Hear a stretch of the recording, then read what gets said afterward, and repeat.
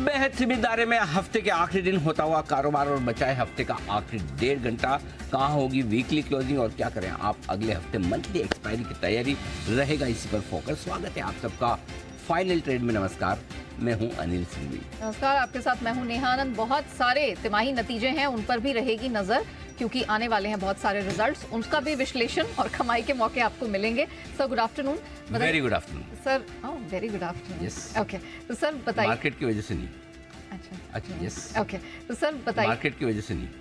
अच्छा, आज फ्राइडे है इसलिए आई गेस फ्राइडे वाली फीलिंग भी बहुत जोर से आ रही है तो इसलिए मतलब और ठीक है, बाकी मार्केट तो बहुत ज़्यादा अच्छी नहीं, बहुत ज़्यादा खराब नहीं, जैसे आप देखना चाहें। ओके, तो सर बताइए इस वक्त की बड़ी बातें जहां नजर। बड़ी बात यही है नेहा कि देखिए सीमित दायरे में कारोबार होता दिख रहा है। अगर आप ऊपर से देखेंगे तो नीचे दिखेंगे, नीचे से देखेंगे तो ऊपर दिखेंगे, हैं कल के आसपास ही बिल्कुल कुछ ही छोटी सी तेजी के साथ 15 अंकों की निफ्टी पर 100 अंक ऊपर है सेंसेक्स और बैंक निफ्टी पूरा मन बनाने की कोशिश कर रहा है, लाल में जाऊं या हरे में, एकदम वहीं पर 1 पॉइंट ऊपर 1 पॉइंट नीचे की रेंज में ट्रेड करता हुआ दिख रहा है, यानी कि काफ़ी मिला जुला कारोबार है।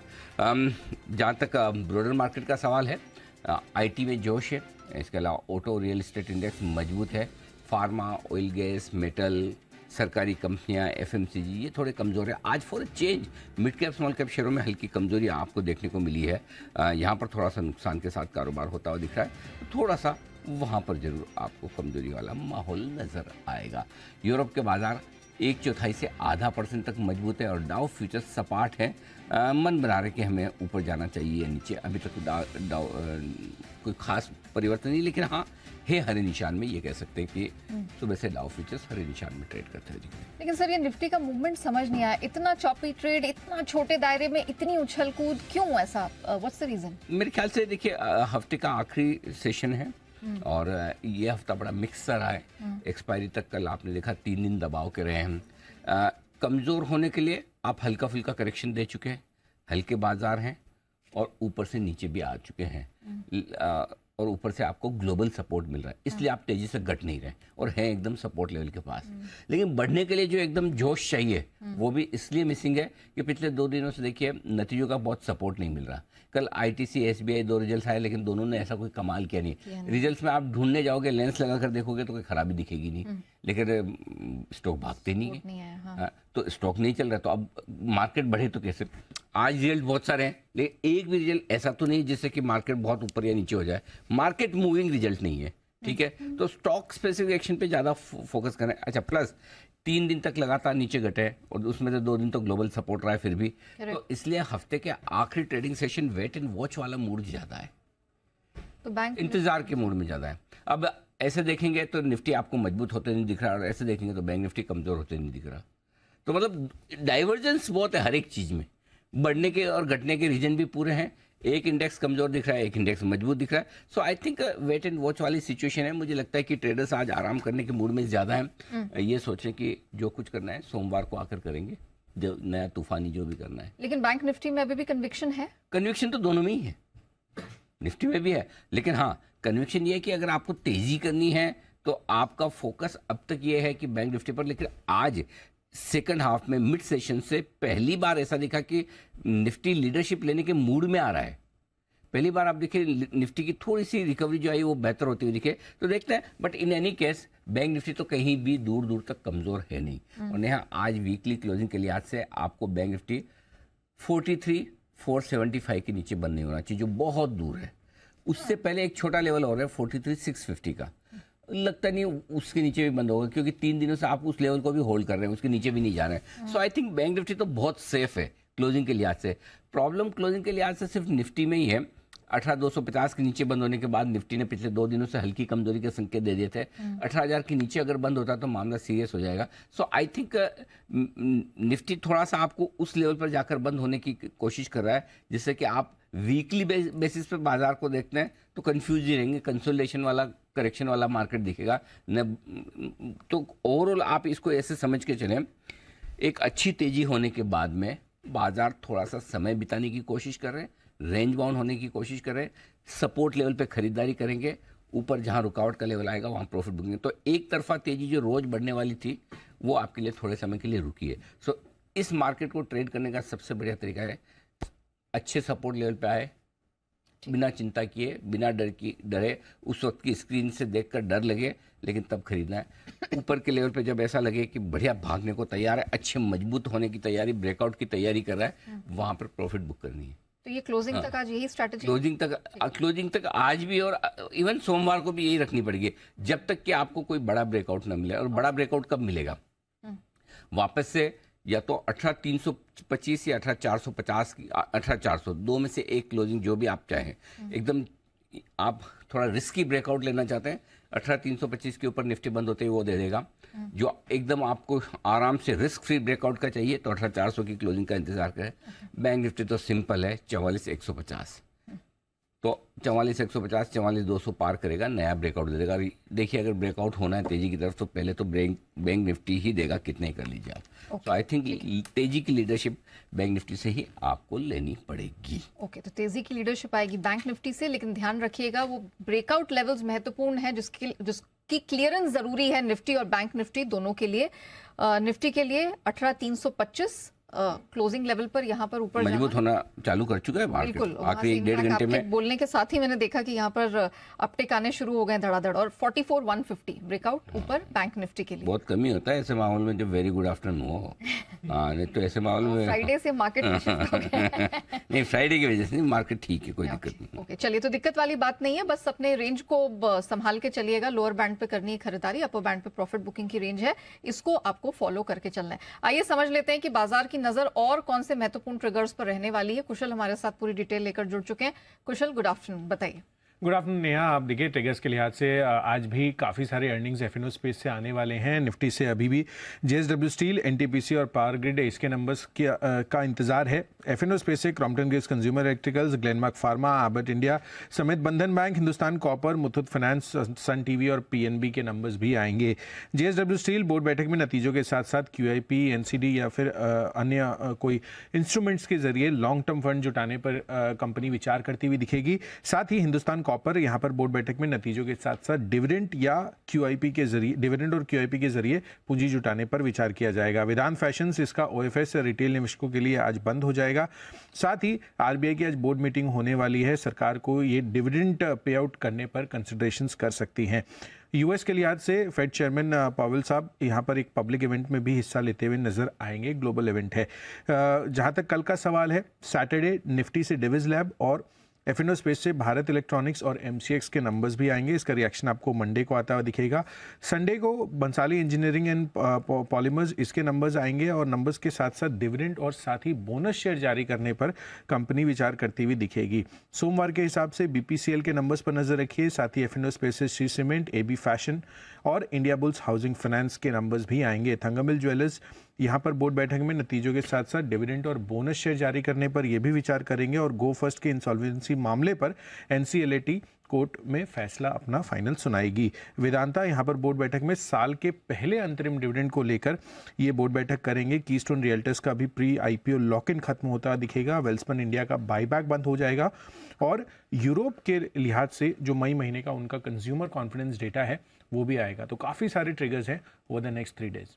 चलिए, अगले 3 ट्रेडिंग सेशन के लिए भरपूर है हमारे ट्रिगर्स की लिस्ट और उस पर मार्केट रिएक्ट करते हुए दिखाई देंगे। ये अंतर्राष्ट्रीय और घरेलू ट्रिगर्स दोनों हैं। चलिए अरमान के पास चलते हैं। अरमान, बताइए खबरों के दम पर कहाँ एक्शन दिखने वाला है? जी, खबरें भी और कुछ नतीजे भी हैं। कुछ नतीजों में सबसे पहले अल्केम लैब्स, यहाँ पर अगर आप देखें माफ कीजिए, तो मुनाफे में लगभग 34% की गिरावट है।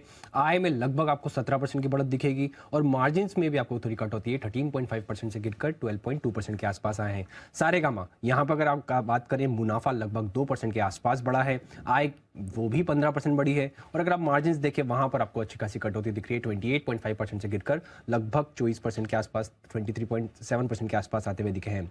आरपीएसजी वेंचर्स, यहाँ पर मुनाफे से कंपनी जो है घाटे में आई है। जो कंपनी को लगभग 58 करोड़ का मुनाफा था, उसके लगभग 123 करोड़ का कंपनी को घाटा आता हुआ दिखा है। मार्जिन जो है वहां पर भी आपको कट होती है, लगभग 12.8% से गिरकर 10% के आसपास आए हैं। खबरों में सबसे पहले जी एंटरटेनमेंट पर आप ध्यान रखिए, क्योंकि आईडीबीआई बैंक की जो इंसॉल्वेंसी याचिका है वो खारिज होती हुई दिखी है। जी एंटरटेनमेंट के उन्होंने खिलाफ जो है याचिका खारिज होती हुई दिखी है और एनसीएलटी ने जील के खिलाफ और आईडीबीआई बैंक अगर आप देखें तो कंपनी के खिलाफ की जो इंसॉल्वेंसी याचिका थी उसमें लगभग 149 करोड़ का जो बकाया मामला था, उसके चलते ये जो है खारिज होती हुई दिखी है। शारदा मोटर, भारत सीड्स, यहाँ पर ये हमारी एक्सक्लूसिव खबर है, इनसे जुड़ी नेगेटिव खबर आती हुई दिखी है, क्योंकि सुबह से अगर आप देखें तो आईटी विभाग की जो है छापेमारी जारी है और रेलान ग्रुप की कंपनियों पर आईटी विभाग की जो ये छापेमारी है। अडानी ग्रुप स्टॉक्स पर आपको ध्यान रखना है, क्योंकि अडानी हैंडबग केस पर सुप्रीम कोर्ट की एक्सपर्ट कमेटी की राय आती हुई दिखी है। उन्होंने कहा है कि सेबी की और ज़्यादा अधिकार देने की ज़रूरत है और सेबी को जो ऑन फोर्स पॉलिसी को और बेहतर बनाने की ज़रूरत है। और उन्होंने ये भी कहा है कि 26 जनवरी के बाद कंपनी में रिटेल एक्सपोजर जो है वो बढ़ा है। टाटा मोटर्स, इलेक्ट्रा ग्रीन, यहाँ पर भी ध्यान रखें, क्योंकि सुप्रीम कोर्ट ने टाटा मोटर्स की याचिका जो है खारिज की है। बीएमसी से इलेक्ट्रिक बस मामले में जो याचिका है वो खारिज होती हुई दिखी है। स्पाइस जेट, डीजीसीए ने लेसर्स की जो अर्जी को मंजूरी दी है।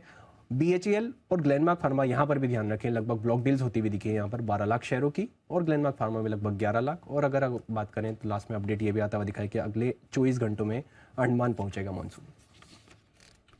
ओके, तो ये है आपके लिए सारे के सारे खबरों वाले शेयर। आइए बढ़ते आगे, और एक्सपर्ट्स का दमदार पैनल हमारे साथ कार्यक्रम में हो रहा है शामिल। बंसल जी, सुमित जी, विश्वेश जी और वागले साहब, चारों हमारे साथ जुड़ चुके हैं इस वक्त और दिन की ऊंचाइयों के करीब पहुंचने की कोशिश करते हुए दिख रहे हैं। बाजार निफ्टी पर स्पेशली 18,165 के आसपास है, 18,185 का आज हाई है, 30 अंकों की मजबूती है। निफ्टी बैंक आज थोड़ा सा रफ्तार में पीछे है हरे निशान में, 40 अंक मजबूत है, और सेंसेक्स 150 पॉइंट मजबूत होता हुआ दिख रहा है। तो ये है आपके लिए जबरदस्त एक्शन वाला मामला। कुछ स्टॉक्स जो बड़े तगड़े एक्शन में आते हुए दिख रहे हैं, उन्हीं पर फोकस किया जाए। शुरुआत में मुझे लगता है कि टाटा मोटर्स से ही करनी चाहिए, जिस तरह की शानदार रिकवरी टाटा मोटर्स में दिखी है, और घूमकर 505 से 525 तक की यात्रा करने के लिए ये जो स्टॉक तैयार होता दिख रहा है। विश्वेश जी, आपसे राय लेना चाहता हूं, टाटा मोटर्स क्या किया जाए इन लेवल्स पर, खरीदें, बेचें या NOTA? Anil ji, good afternoon. देखिए, मेरा ये मानना है कि ओवरऑल टाटा मोटर एक बहुत बड़े कंसोलिडेशन से ब्रेकआउट हुआ है, और ये कंसोलिडेशन 1.5-2 साल का था, और उसका ब्रेकआउट लास्ट वीक आया था।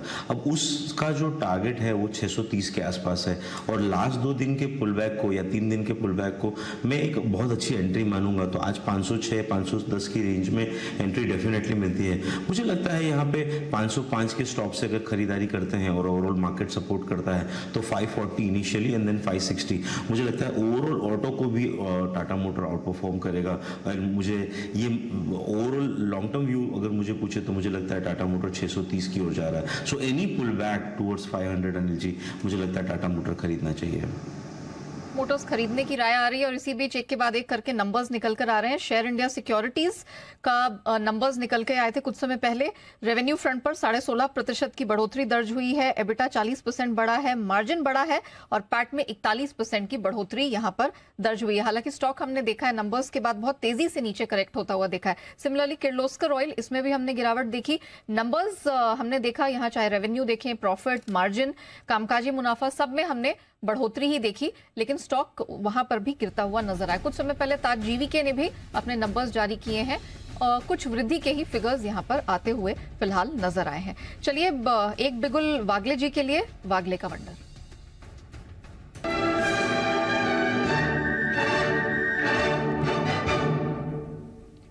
वागले सर, गुड आफ्टरनून, बताइए।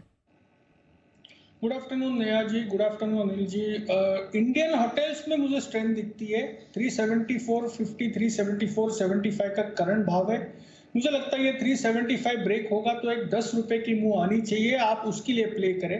अभी यहाँ पर बाय करें 374.50, 70 में।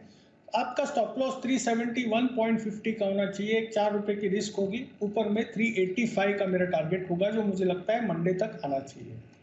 385 तक के टारगेट के लिए करें खरीदारी, सोमवार तक आने की उम्मीद। राय खरीदारी की इंडियन होटल्स में। इंडियन होटल में बड़े लोग बुलिश हो रहे हैं मेरे ख्याल से। आज और भी किसी की तो रिकमेंडेशन आई थी इंडियन होटल्स की, चेक करना पड़ेगा, कोई बोल नहीं रहा हाँ कि मैंने भी किया था। अच्छा, लेमन ट्री सिद्धार्थ जी ने रिकमेंड किया था सुबह, या तो फिर इंडियन होटल्स कल आई होगी। आज और कल में रिकमेंडेशन इंडियन होटल कल रिकमेंडेशन हिमांशु जी की तरफ से आया था। इंडियन होटल्स बिल्कुल सही जवाब कल आया था, बहुत ही बढ़िया। आइए, तैयार है कुणाल जी और राकेश जी, चार्ट कॉर्नर का बिगुल उनके लिए तैयार है।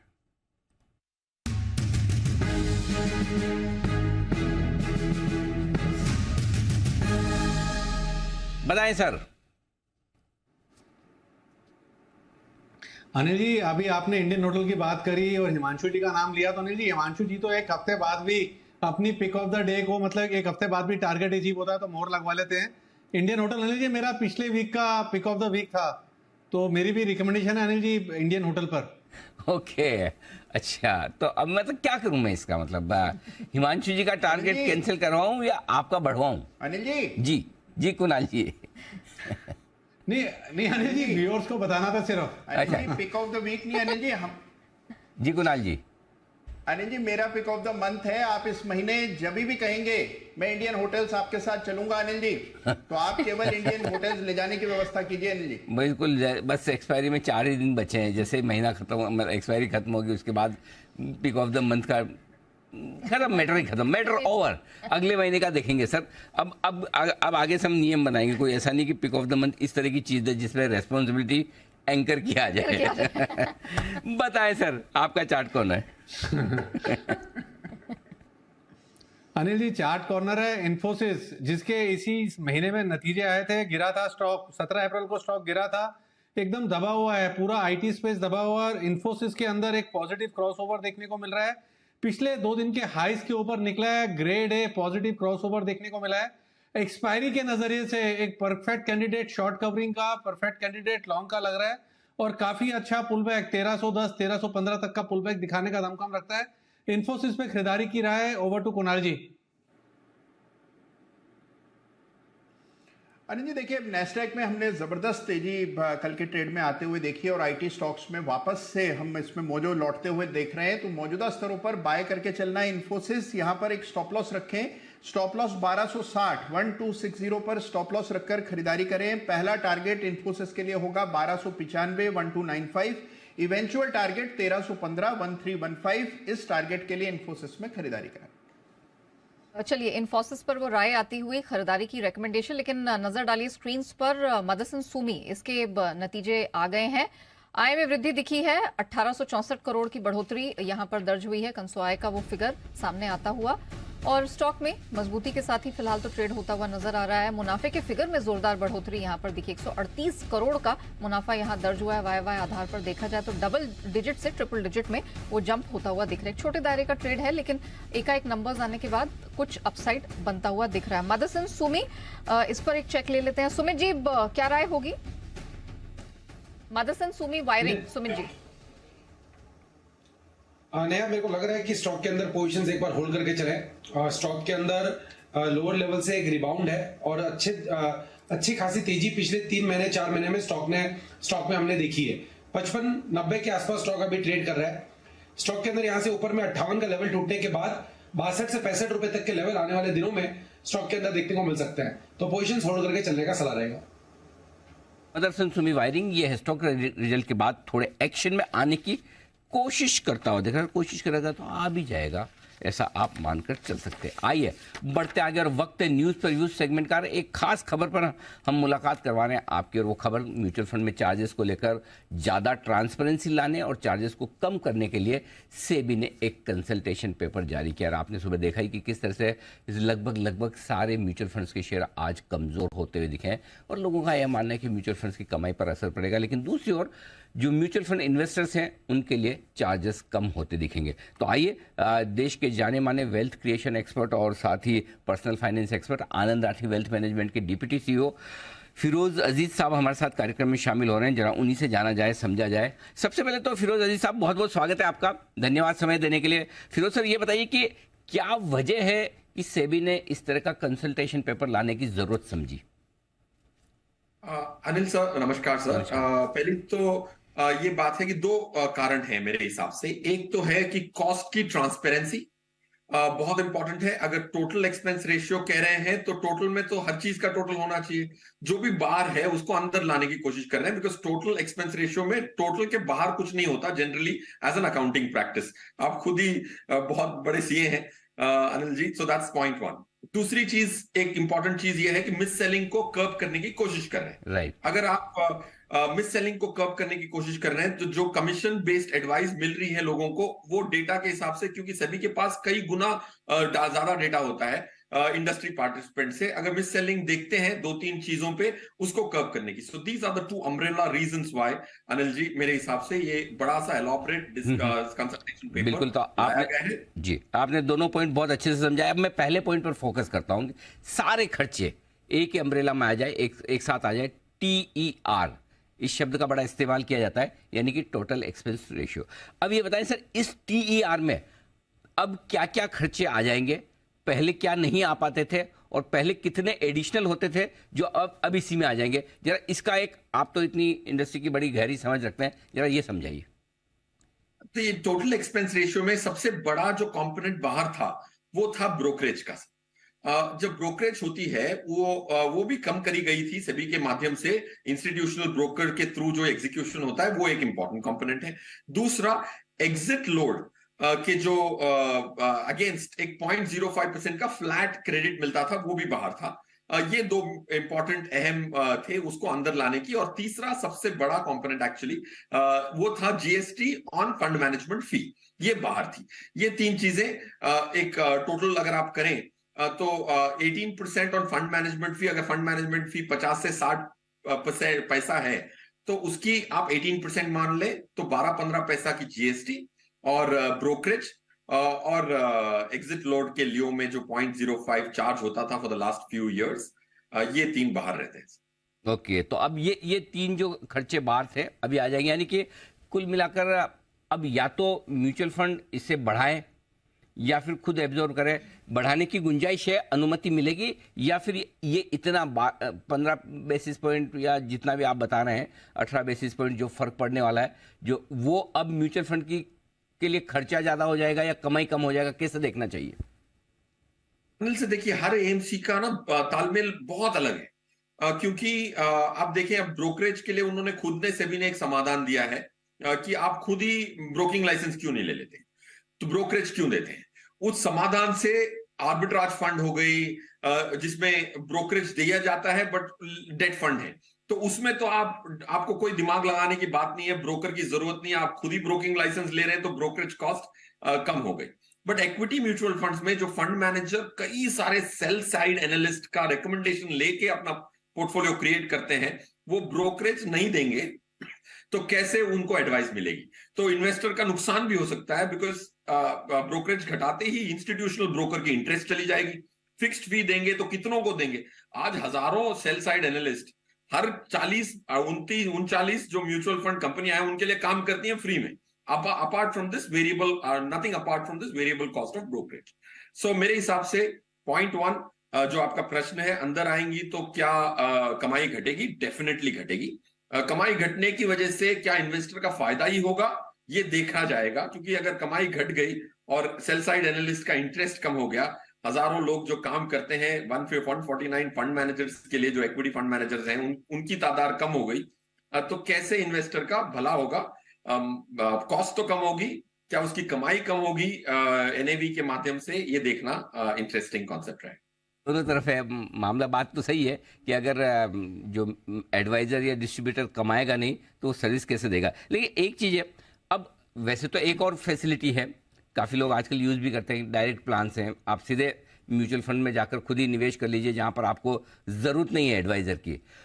क्या वहाँ पर भी कोई फ़र्क पड़ेगा कि ये उसका ऑल्टरनेट तैयार करने की कोशिश है कि डायरेक्ट प्लान जहाँ बहुत कम आपके पैसे लग रहे हैं अगर आप इन्वेस्ट करते तो, और दूसरा अगर एडवाइजर के थ्रू आप इन्वेस्ट करते हैं तो पैसे थोड़े से ज्यादा लगते हैं, क्या उसका तालमेल बिठाने की कोशिश है? Anil ji, before I go to the next question, एक क्लैरिफाई करना चाहूंगा, ये डिस्ट्रीब्यूटर के लिए इतनी बुरी खबर नहीं है। ओके। अगर वो सीधे तरीके से बिजनेस कर रहे हैं। देखिए, काफी सारे 86,000 करोड़ जो एनएफओ में कलेक्ट हुए थे, उसमें से 27% एएमसी के एक स्कीम से दूसरी स्कीम में स्विच हुए थे कमीशन के चक्कर में, ये सभी मानती है। तो अगर एक डिस्ट्रीब्यूटर जो भी लूप होल्स थे उसको यूज नहीं कर रहा है तो उसकी इंपैक्ट्स कम होंगी, पॉइंट 1। कमिंग बैक टू, क्या ये दूसरा ऑल्टरनेट बनाया जा रहा है? नहीं, डायरेक्ट भी सस्ता हो जाएगा बड़ी एएमसीज का, और छोटी एएमसीज का डायरेक्ट भी महंगा होगा और रेगुलर भी महंगा होगा। अगर एक एएमसी, छोटी एएमसी ज्यादा कमीशन देगी डिस्ट्रीब्यूटर को और बड़ी एएमसी कम कमीशन देगी, अगर एक डिस्ट्रीब्यूटर जो मिस सेलिंग की आदत है उसको, एनएफओ में मिस सेलिंग कर सकता है, तो छोटी एएमसी की तरफ मिस सेलिंग क्यों नहीं कर सकता? या तो फिर पूरी इंडस्ट्री को एक ही जो एक्सपेंस रेशियो है वो देंगे, तो एक एडवाइजर या डिस्ट्रीब्यूटर गलत एडवाइस नहीं देगा। एसबीआई जो सबसे बड़ी एएमसी है, छोटी एएमसीज भी हैं, तो disparity in AMCs can create more mis-selling, but in another vertical, not necessarily between schemes. Okay अच्छा, एक कहीं कुछ ये भी समझा जाता है कि म्यूचुअल फंड्स की परफॉर्मेंस के हिसाब से भी कई फंड्स हैं जो वो अपना एक्सपेंस रेशियो चार्ज करते हैं, वहां पर क्या सेबी कुछ बदलाव करने जा रही है? देखिए अनिल साहब, अब तक परफॉर्मेंस बेस्ड फी नहीं रही है, एसेट बेस्ड फी रही है। परफॉर्मेंस बेस्ड फी या प्रॉफिट शेयर जैसा कोई फी रखने की गुंजाइश है, बट आई थिंक आज की डेट में इंडियन इन्वेस्टर एचएनआईबी पीएमएस के माध्यम से प्रॉफिट शेयर ठीक से समझ नहीं पा रहा है। आई थिंक जितने आप एक्स्ट्रा ऑप्शंस देंगे, काफी सारे रिटेल निवेशक आपके चैनल पे जब मैं आता हूं तो फोन करते हैं, उनको ग्रोथ और डिविडेंड का डिफरेंस पता नहीं होता, डायरेक्ट रेगुलर का डिफरेंस पता नहीं होता, अब प्रॉफिट शेयर और नॉन प्रॉफिट शेयर का डिफरेंस पता नहीं होगा। तो I think giving more alternative confuses the industry. आज सिर्फ हमारी 16% एयूएम है as a percentage of GDP. US में 140% म्यूचुअल फंड का एयूएम है, उसकी जीडीपी से तुलना करें, ग्लोबल एवरेज 63% है। I think we are little, it's a very progressive step, sounds very good but very difficult to implement, and it will confuse the retail investor if you create another model of profit share. ये मेरा current मानना है अनिल जी। Finally मैं समझना ये चाहता हूँ कि अब ये जो कुछ भी कंसल्टेशन पेपर जारी हो, आप तो इस पर लोगों की राय आएगी, आप जैसे एक्सपर्ट्स हैं, सब अपने अपने ओपिनियन देंगे, सेबी को बताएंगे कि भाई आप क्या सोचते हैं इनके बारे में। पहली चीज़, अगर आपको सेबी को ओपिनियन देनी है, आप क्या देंगे? पहले तो मुझे वो बताइए, उसके बाद एक फॉलोअप क्वेश्चन और है मेरे पास। पहले तो मैं बड़ा धन्यवाद करूंगा कि पूरी इतनी एग्जॉस्टिव कंसल्टेशन बनाई जी। अगर किसी को भी अपना बिजनेस मॉडल डिजाइन करना है, एसेट मैनेजमेंट कंपनी है, डिस्ट्रीब्यूटर है या इन्वेस्टर को, अगर आप सब चीज एक साथ देते हैं तो बहुत आसान हो जाता है एक लॉन्ग टर्म बिजनेस मॉडल करने के लिए। So this is very very exhaustive and I am very happy. That's point 1।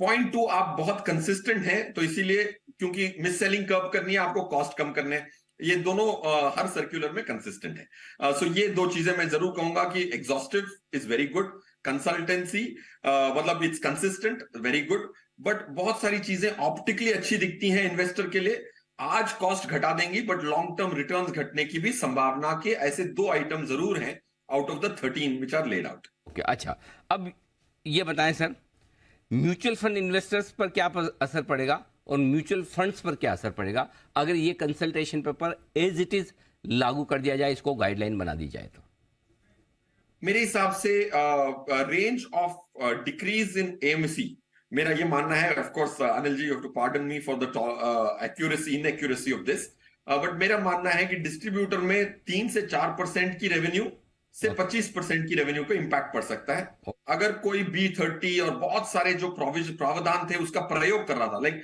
Anand Rathi wealth limited, कोई इसमें से कोई भी प्रावधान यूज नहीं कर रहा था। सबसे बड़ी बात इस कंसल्टेशन पेपर में है एनएफओ में कमीशन, और आनंद राठी ने 10 साल से एक भी एनएफओ अप्रूव ही नहीं किया, बेचना तो दूर की बात। Okay. तो जो डिस्ट्रीब्यूटर इसके लूपहोल्स या प्रावधान का प्रयोग नहीं कर रहा था उसकी इंपैक्ट कम होगी। एएमसी लेवल पे आई थिंक हर किसी पे जीएसटी की इंपैक्ट होगी, तो उधर आप 10 से 15% से 20% की भी रेवेन्यू इंपैक्ट मान सकते हैं ऑन द इक्विटी एसेट्स। तो सर आप कह रहे हैं फिर सर, एक भी इनमें से जो 13 सजेशंस जो आए कंसल्टेशन पेपर में, आनंद राठी वेल्थ, आपके पास तो इतना बड़ा पोर्टफोलियो है वेल्थ का, और आप तो सारे थर्ड पार्टी प्रोडक्ट्स ही, आप दूसरे के प्रोडक्ट्स ही सेल करते हैं, राइट? अपना खुद का फंड मैनेजमेंट उसमें बिल्कुल आप कोई भी यूज नहीं कर रहे? सर ये 13 प्रावधान नहीं है, मतलब 3-4 प्रावधान है, जैसे जीएसटी हो गया। ओके, डिस्ट्रीब्यूटर की जीएसटी डिस्ट्रीब्यूटर पे करता है, करेक्ट। फंड मैनेजमेंट की जीएसटी क्लाइंट को चार्ज होती है। तो अगर डिस्ट्रीब्यूटर अपनी जीएसटी पे ही कर रहा है, तो ये जो जीएसटी की बात कही गई है कि उसको टीआर के अंदर लाएं, वो आज भी चार्ज नहीं हो रही, डिस्ट्रीब्यूटर की कमीशन पे खुद ही पे कर रहा है। आप एनएफओ यूज नहीं कर रहे, बिल्कुल भी यूज नहीं कर रहे। B30 जो बियॉन्ड 30 सिटीज है उसकी कमीशन हमारी ना के बराबर है। So I think if you look at these 3-4 important items use नहीं कर रहे, बट डेफिनेटली एक चीज यूज कर रहे हैं, जो एग्जिट लोड के ल्यू में 0.05 मिलता है, वो 0.04 हमें आ जाता है, 80% उसका, तो वो जरूर इंपैक्ट होगा। बट बाकी जो हाई टिकट आइटम्स हैं वो इम्पैक्ट, इसलिए मैंने कहा कि 3-4% की रेवेन्यू इम्पैक्ट एज इज हो गया तो डेफिनेटली होगा। अब जो वुमेन के लिए एक्स्ट्रा कमीशन देने की बात की है वो इन्वेस्टर एजुकेशन के अंदर से देने की बात की है, B30 को इन्वेस्टर एजुकेशन के अंदर से देने की बात की। इन्वेस्टर एजुकेशन का बजट अनिल सर इस साल 800 करोड़ का होगा, 40 लाख करोड़ पे, राइट। जब इन्वेस्टर एजुकेशन चालू हुआ था तो 200 करोड़ का बजट था क्योंकि AUM कम थी 10 लाख करोड़ पे। आज 40 लाख करोड़ पे 800 करोड़ है। वो 800 करोड़ में से बेशक जहां बांटना है डिस्ट्रीब्यूशन बांट के, why should an existing investor pay for a small city investor. Absolutely, बिल्कुल ठीक बात है। फेयर इनफ सर, आपने बहुत इंटरेस्टिंग और अच्छे तरीके से पूरा ये मैटर समझाया कि कितना असर पड़ेगा। इन शॉर्ट, इन्वेस्टर के लिए तो कोई नुकसान की बात नहीं, करेक्ट? नहीं नहीं अनिल जी, बिल्कुल at the face of it बिल्कुल नुकसान की बात नहीं है। बट आई थिंक AMCs कैसे इसको लेंगी, कैसे अपनी पोर्टफोलियो की मैनेजमेंट की क्षमता कम ना हो जाए, बस एक पॉइंट पे मेरा डर है। अगर सेल साइड एनालिस्ट सर्विस करना बंद कर देंगे, ब्रोकरेज जीरो हो जाएगी, तो उससे परफॉर्मेंस पे इंपैक्ट हो सकता है। That's a long term worry I have for the investor. बात तो सही है बिल्कुल। तो थोड़ा म्यूचुअल फंड्स को फिर से देखना होगा कि किस तरह से इस बदले हुए नियमों में, हालांकि नियम बनने अभी बाकी हैं, अभी कंसल्टेशन पेपर है, लेकिन आमतौर पर लोग मानते हैं कि कंसल्टेशन पेपर मतलब फाइनल प्रोडक्ट यही सामने आने वाला है। और आपने अच्छी तरह से समझाया भी। और फिरोज सर, एक बात की और मैं आपको कॉम्प्लीमेंट भी देना चाहता हूं कि आपने बताया भी कि ये सारी प्रैक्टिसेस आप यूज़ नहीं करते हैं, और शायद यही वजह कि आपका पर क्लाइंट जो यील्ड्स हैं वो इंडस्ट्री में हाईएस्ट है और काफ़ी अच्छा आप अपने क्लाइंट्स को रिटेन करते हैं। बहुत बहुत धन्यवाद सर, आपने समय दिया और पूरे डिटेल में इस मुद्दे पर अपनी राय रखी। Thank you Anil sir. Thank you sir. तो फिरोज अजीज साहब बताते हुए कि म्यूचुअल फंड इन्वेस्टर्स के लिए तो अच्छी बात है, उनके लिए तो फायदे की बात है ही on the face of it.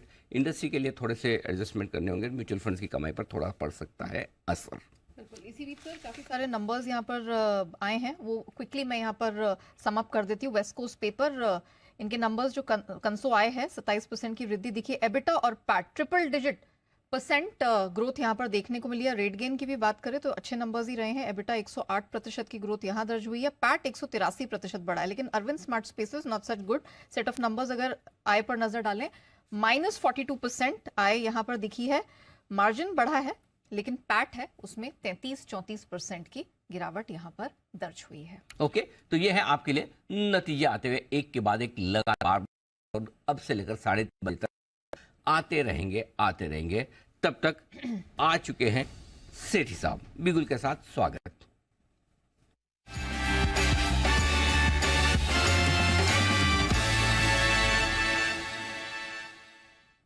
सेठी साहब, बहुत बहुत स्वागत है आपका। बताएं सर, आज की पहली पिक।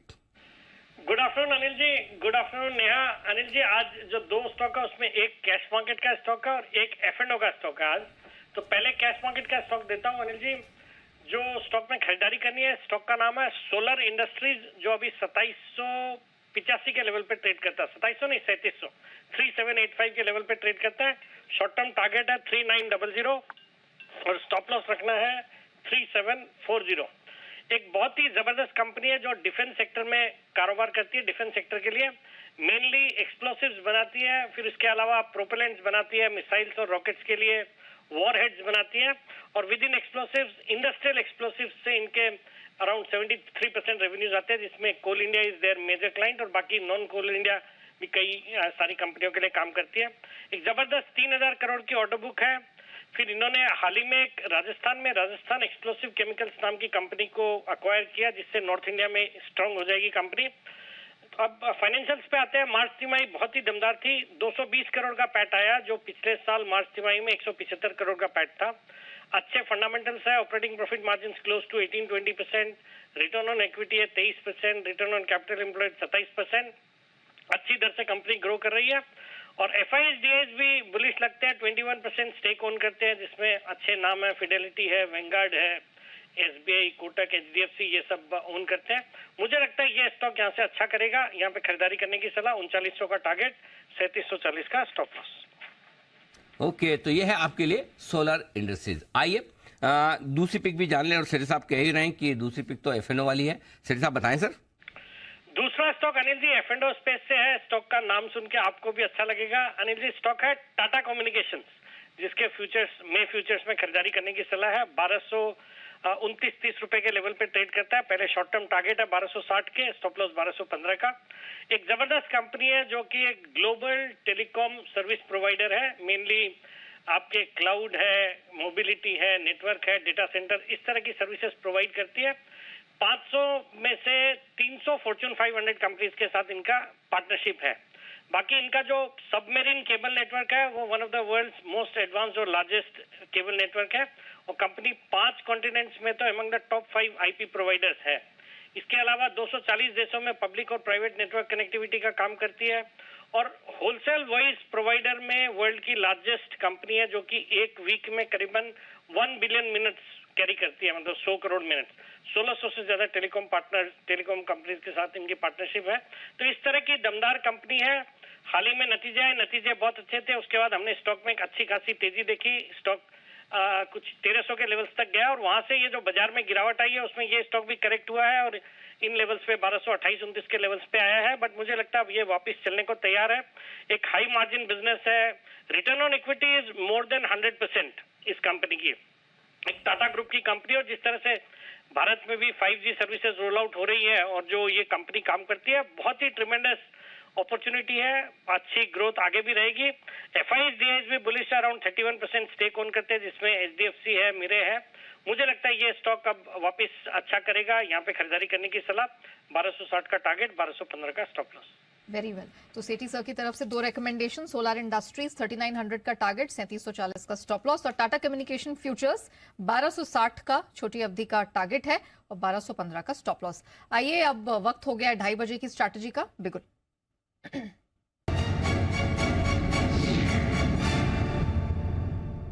में अच्छी रिकवरी है, दिन के उच्चतम स्तर के पास है। नास्डैक फ्यूचर्स की बात करें, ये भी स्ट्रेंथ के साथ अपने आप को टिकाने की कोशिश कर रहा है। यूरोप के मार्केट्स में स्ट्रेंथ है 1/3 से 0.5% की, और दायरे का ट्रेड हमें क्रूड में या ओवरऑल कमोडिटी स्पेस में दिख रहा है। क्या करना है सर?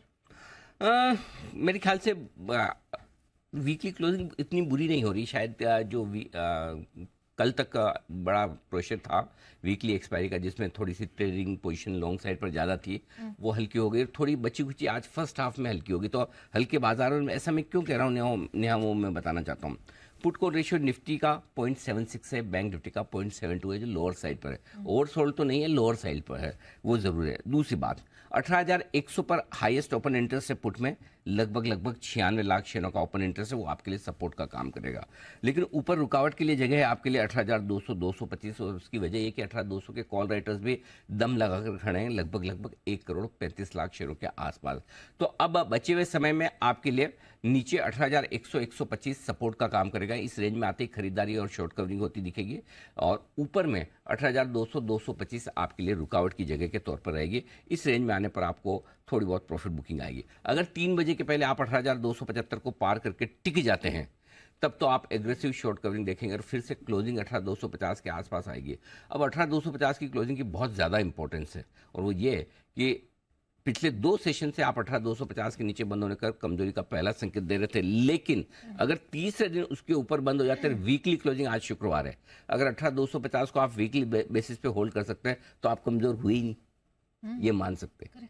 हाँ, क्योंकि है ना वो, भाई आपने साल भर पढ़ाई की नहीं की, कम की, ज़्यादा की, लेकिन रिजल्ट आने तक, एग्जाम देने तक आप वापस, तो वैसा वाला मामला। तो वीकली बेसिस पे आप देखेंगे तो आपका काम हो गया। अच्छा। एक साल में 4 टेस्ट होते हैं, एक आध खराब किया, फाइनल एग्जाम अच्छा होगा। हाँ, चारों का मिला के तो फाइनल क्लोजिंग अगर आज 18,250 थोड़ा और एम्बिशियस लग सकता है। 18,250 कहाँ से? अभी तो सुबह से तो बड़ी मुश्किल आ रही है, दिन भर से हमें हिला नहीं जा रहा, अब जाकर थोड़ा है, यू नेवर नो, मार्केट है।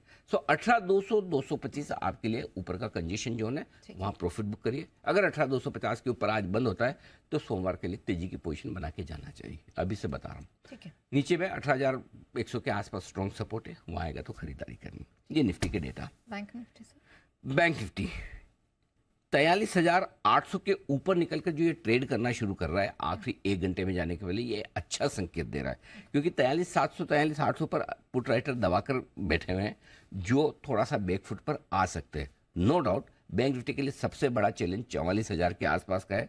44,000 के लेवल पर हाईएस्ट कॉल राइटर 56 लाख शेयरों का बैठा है, वो उसको पार करना मुश्किल होगा। आज भी आपने देखा 43,960 का हाई बनाया, तो ऊपर, लेकिन मैं तो ये कहूँगा 44,000 के आसपास भी पहुंच जाए तो क्या बुरे है। और बैंक निफ्टी तो खराब क्लोजिंग दे ही नहीं रहा है। 43,650 43,650 के नीचे बंद नहीं होता तब तो बैंक निफ्टी ने तो करेक्शन ही नहीं दिया, ये मान के चले। इसको तो करेक्शन भी मत मानिए, निफ्टी का तो फिर भी करेक्शन हुआ है, बैंक निफ्टी तो करेक्शन भी कहाँ दे रहा है। सो आई थिंक अगर कहीं भी बंद होता है 43,650 के ऊपर 200 पॉइंट का क्वेश्चन है तो बैंक निफ्टी बढ़िया ही माना जाएगा। और अगर निफ्टी ने थोड़ा जोर लगा लिया, आज कोशिश तो कर रहा है निफ्टी, लेट्स सी क्या होता है। सपोर्ट 43,500 के आसपास स्ट्रॉन्ग सपोर्ट है बैंक निफ्टी में, ऊपर 44,000, 43,803 बजे तक इसे होल्ड करना जरूरी, ये सारे लेवल्स आपके लिए।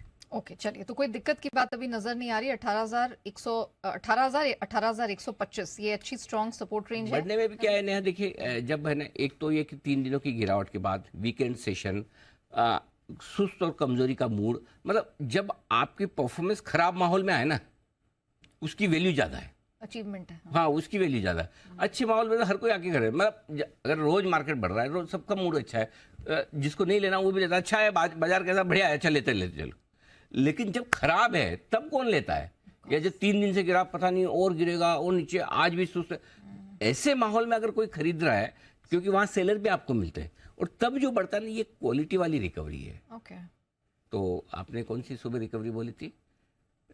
हेल्दी क्या 2-3 एडजेक्टिव्स? हाँ, 2-3 एडजेक्टिव्स थे। हाँ, बड़ी हेल्दी अपसाइड रिकवरी है। हेल्दी अपसाइड देख लीजिए, आपके लिए करवाया गया सब आपके लिए। चलिए ठीक है, तो सो एज ऑफ नाउ कोई परेशानी की दिक्कत नहीं, जो सर ने लेवल्स बताए अगर वो यहाँ पर होल्ड आउट करते हैं, so clearly this week has been successful from that point of view. लेकिन नंबर्स बहुत सारे आ रहे हैं, आज पाग्रेड के नतीजे आने वाले हैं, कैसे रह सकते हैं नंबर्स, इसकी पूरी डिटेल लेकर अरमान हमारे साथ जुड़ चुके हैं। अरमान बताइए। देखिए, अगर आप नतीजों के तौर पे देखें तो आपको लगभग अगर आप देखेंगे मार्जिन्स तो लगभग फ्लैट के आसपास ही आते हुए दिखेंगे, थोड़ी बहुत बढ़त दिख सकती है। आय में लगभग 11% के आसपास की आपको बढ़त दिखेगी, क्योंकि जो असेट कैपिटलाइजेशन से जो है उससे सहारा मिलता हुआ दिखेगा, और उसी के चलते आपको दिखेगा आय में लगभग 11% की ग्रोथ का अनुमान है। जैसा कि मैंने कहा, मार्जिन जो है वो लगभग फ्लैट या थोड़ा बहुत बढ़ सकते हैं, जो 87.4% से बढ़कर लगभग 87.8% के आसपास जो है मार्जिन आ सकते हैं। और उसी के चलते अगर आप देखेंगे, क्योंकि अगर मार्जिन भी अगर फ्लैट हैं और आपकी आय लगभग 11% के आसपास बढ़ी है, तो थोड़ा बहुत आपको दिखेगा मुनाफे में लगभग आपको 2% मुनाफा भी लगभग फ्लैट ही रहने का अनुमान है। अब आपको ध्यान कहां पर रखना है कि आपकी 2-3 चीजें हैं, जहां पर एक तो स्मार्ट मीटरिंग इंफ्रा बिजनेस में कदम रखने का जो फोकस है वहां पर आप ध्यान रखेंगे, और उसी के साथ साथ कैपेक्स के लिए वो क्या गाइडेंस देते हैं वहां पर भी ओवरऑल नजर रखी जाएगी। तो ओवरऑल नतीजा अगर आय के हिसाब से देखें तो लगभग 11% के आसपास की बढ़त और मार्जिन लगभग फ्लैट रहने का अनुमान है। ओके, तो ये है आपके लिए अनुमान आता हुआ पावर ग्रिड का। आज आइए पावर ग्रिड, एनटीपीसी, ये जैसे सारे वो शेयर जो आप जनरली चर्चा नहीं करते, बातचीत नहीं करते, लेकिन ये भी तो लिस्टेड कंपनियां, रिजल्ट तो आते हैं, कई बार इनके स्टॉक भी अच्छे एक्शन में आते हैं। तो आइए, चोपड़ा साहब हमारे साथ कार्यक्रम में शामिल हो रहे हैं, विजय चोपड़ा साहब एनोक वेंचर से। आइए उनसे करते हैं मुलाकात, ली जाए उनकी राय। चोपड़ा साहब, आपका स्वागत करने के लिए हमने निफ्टी को डे हाई पर लेकर आए हैं, 18,185 ये डे हाई है। प्रसन्न तो होंगे आप बिल्कुल भी, और 43,900 के आसपास बैंक निफ्टी भी है, लेकिन राय आपकी चाहिए पावर स्टॉक्स पर। नतीजे भी हैं और एक्शन में भी थोड़े रहे, बताएं सर क्या व्यू है आपका?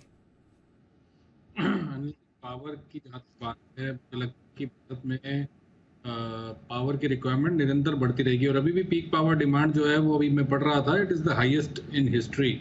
और इसके लिए मुझे लगता है जो पावर के चुनिंदा कंपनीज हैं वो अच्छा करेंगे। अगर इसमें मेरा पसंदीदा स्टॉक यदि आप पूछें तो वो टाटा पावर है इन लेवल्स पे, और मुझे लगता है कि यदि कोई यहाँ से एंट्री करे 200 और 205 के लेवल पे, अच्छी संभावना है कि आपको 240-250 की तरफ जाता दिखे। थोड़ा सा पेशेंस टेस्ट करेगा, मगर बहुत ही पुख्ता, बहुत ही स्ट्रांग कंपनी है। इसके अलावा जो आप पावर ग्रिड की बात कर रहे थे, एनटीपीसी की बात करें, तो मुझे लगता है कि जो करेक्शन हुआ है वो लेने की अपॉर्चुनिटी है। पावर ग्रिड यदि 220-22 के लगभग मिलता है तो बहुत ही अच्छे लेवल पे ये अवेलेबल है, तो वहाँ पर खरीदारी करी जानी चाहिए। इसके अलावा मुझे लगता है जो कंपनीज लाइक पावर फाइनेंस है, जो कि फाइनेंसिंग करती हैं, वो भी बहुत स्ट्रांग हैं, और अभी 165 के लेवल पे अवेलेबल है। तो पीएफसी में भी मैं खरीदारी करने का रिकमेंडेशन दूंगा, जो मुझे लगता है कि 180-85 तक आराम से जा सकता है। 180-85 तक जाने की तैयारी हो सकती है, ये है आपके लिए पीएफसी पर राय आती हुई। पावर स्टॉक से जबरदस्त एक्शन में आपको आते हुए दिख रहा है। आइए बिगुल, कुणाल जी और राकेश जी के लिए चार्ट कॉर्नर का एक बार फिर से इन्फोसिस के बाद।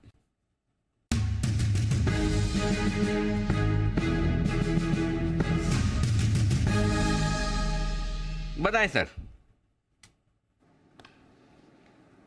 अनिल जी बिल्कुल आपने राइटली बोला। इन्फोसिस के बाद दूसरा आईटी स्टॉक है और खरीदना है विप्रो। इसके अंदर मैसिव शॉर्ट्स हैं। इस सीरीज शुरुआत होने से पहले लोग इन्फोसिस में शॉर्ट हो गए थे और टेक्निकली देखें तो 370 375 के अराउंड लोगों ने शॉर्ट किया था और बायबैक अनाउंस हुआ और टेक्निकली काफ़ी स्ट्रॉन्गेस्ट क्लोजिंग मई सीरीज की मिलने वाली है आज के दिन हमको। और जिस तरीके का टेक्निकल स्ट्रक्चर है, 10 रुपए का अप मूव इसी सीरीज में देखने को मिल सकता है। तो जो शॉर्ट कवरिंग आएगी वो उसको फर्दर और ऊपर भी लेके जा सकती है। तो विप्रो एक स्ट्रॉन्ग बाइंग कैंडिडेट है। ओवर टू कुणाल जी। अनिल जी अगर देखिए पिछले कई सत्रों में हमने इसको एक सीमित दायरे में कंसोलिडेट होते हुए देखा और जिस तरह का चार्ट स्ट्रक्चर बना है, एक बड़ा सपोर्ट अब चार्ट पर आ चुका है 383 रुपए के आसपास, जिसके नीचे जाने की संभावना कम है।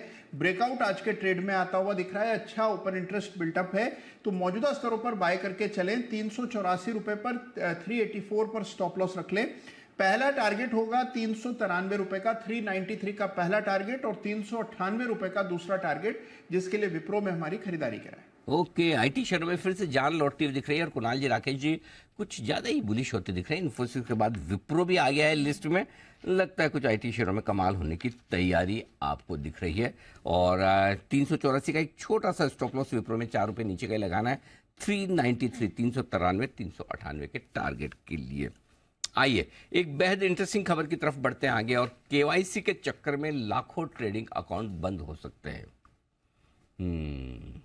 और ये अकाउंट किसी के भी बंद हो सकते हैं। किस किस के हो सकते हैं, मामला क्या है, क्यों बंद होंगे और कैसे बंद होंगे, ये सारी जानकारी लेकर ब्रजेश हमारे सहयोगी हमारे साथ है इस वक्त बताने के लिए सारी डिटेल्स। ब्रजेश, अकाउंट बंद क्यों करवा रहे हैं आप? ये नहीं, बंद हम नहीं करवा रहे हैं।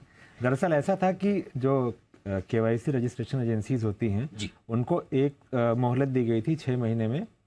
6 महीने का वक्त दिया गया था 1 नवंबर 2022 से कि वो 30 अप्रैल तक पूरा कर लें केवाईसी वैलिडेशन का काम। लेकिन जो डेटा बाद में वो पूरा हो नहीं पाया। उसके बाद जिम्मेदारी आ गई ब्रोकर्स के ऊपर कि अब उनको करना है।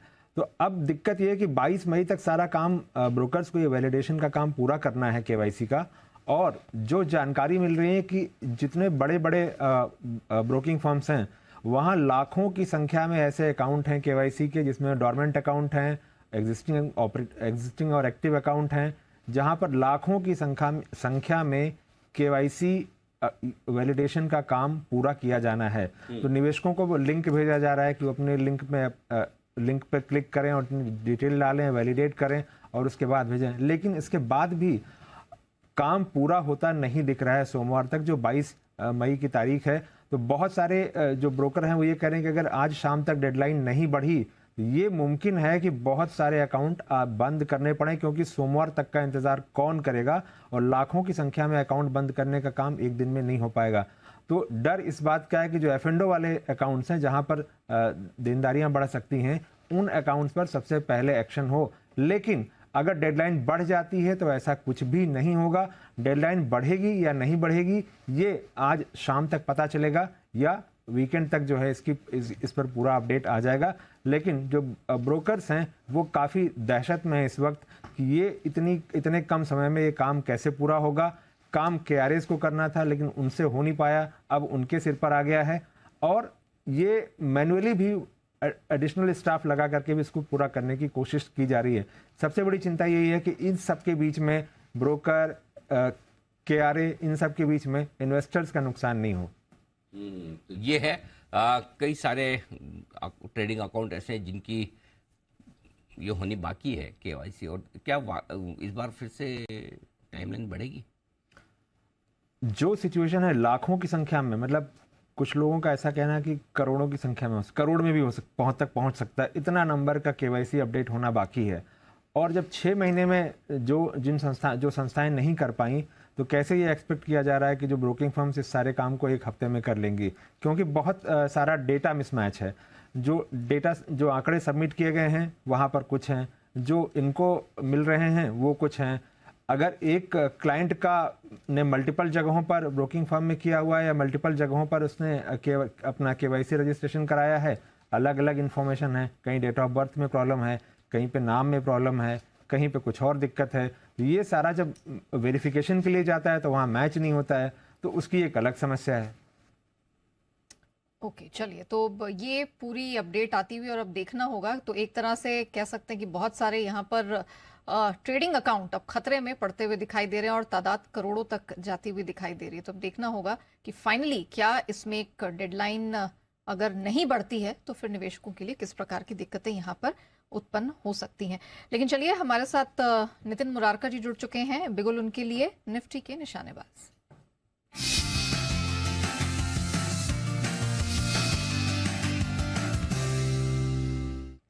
नितिन जी, गुड आफ्टरनून, बताइए सर। मैम, यहाँ पे 18,200 की कॉल ऑप्शन लेंगे जो 90 रुपए में मिल रही है, 90 रुपीज में। इसका स्टॉप लॉस होगा 60 रुपए का और टारगेट होंगे करीब 130 से 140 रुपए का। अब ये मंथली एक्सपायरी चालू हुई है और आज हम लोगों ने देखा कि 18,100 का सपोर्ट मार्केट दिया है और वापस रिबाउंड हो रही है। अमेरिकन डॉ जोन्स में भी आप देखेंगे तो ब्रेकआउट हो रहा है। तो कुल मिला के मुझे लग रहा है कि जो मंथली एक्सपायरी होगी ये वापस से बाउंस कर सकती है। तो हम 18,200 की कॉल ऑप्शन ले रहे हैं जिसका टारगेट 130 से 140 होगा। सर, बैंक निफ्टी पर भी कोई राय होगी?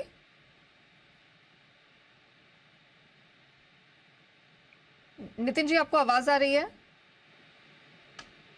ओके, चलिए, नितिन जी से यहाँ संपर्क नहीं, लेकिन निफ्टी पर वो अपनी राय दे चुके हैं। 18,200 की कॉल, 90 के पास जो है वो लेनी है, 60 का स्टॉप लॉस, 130 140 का अपसाइड में टारगेट बनता हुआ दिखाई दे रहा है। इसी बीच हम देख रहे हैं आईटी स्पेस से, तो हमने देखा राकेश कुणाल जी की तरफ से बहुत सारी रिकमेंडेशंस आई हैं, लेकिन रेलवे स्पेस आरवीएनएल, इस पे एक बार नजर डाल लेते हैं। तेज गिरावट आई है, दिन के निचले स्तर पर यहां ट्रेड होता हुआ इस समय दिखाई दे रहा है। बंसल सर, कोई राय इस समय?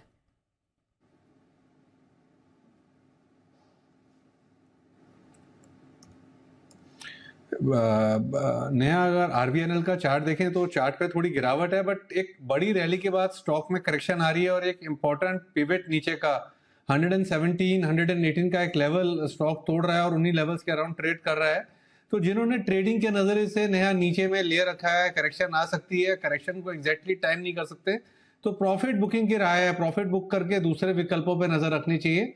इन स्तरों पर आरबीएनएल में मुनाफे को बांधना चाहिए किसी ने नीचे का ले रखा है तो।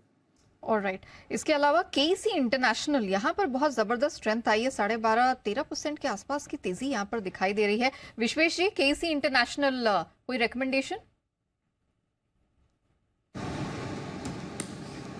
मेरे हिसाब से नेहा बहुत ही स्ट्रॉन्ग चार्ट है और अगर मुझे पूछे तो मुझे लगता है कि आज के लो के स्टॉप लॉस अगर लिया जाए तो आने वाले एटलीस्ट 1 वीक में हम 580 640 तक के लेवल देखेंगे और अगर थोड़ा सा टाइम दिया जाए नेहा तो मुझे लगता है ये स्टॉक शायद 750 तक लेवल जा सकता है।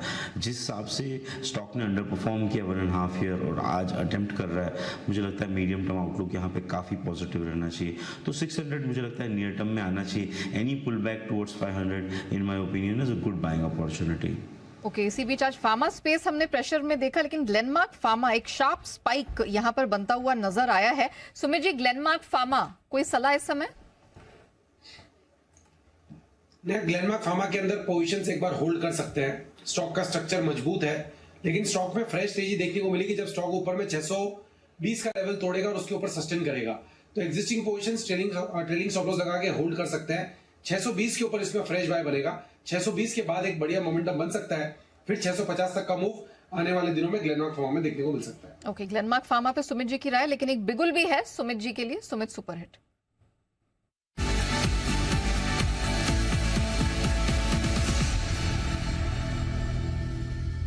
बताइए सुमित जी।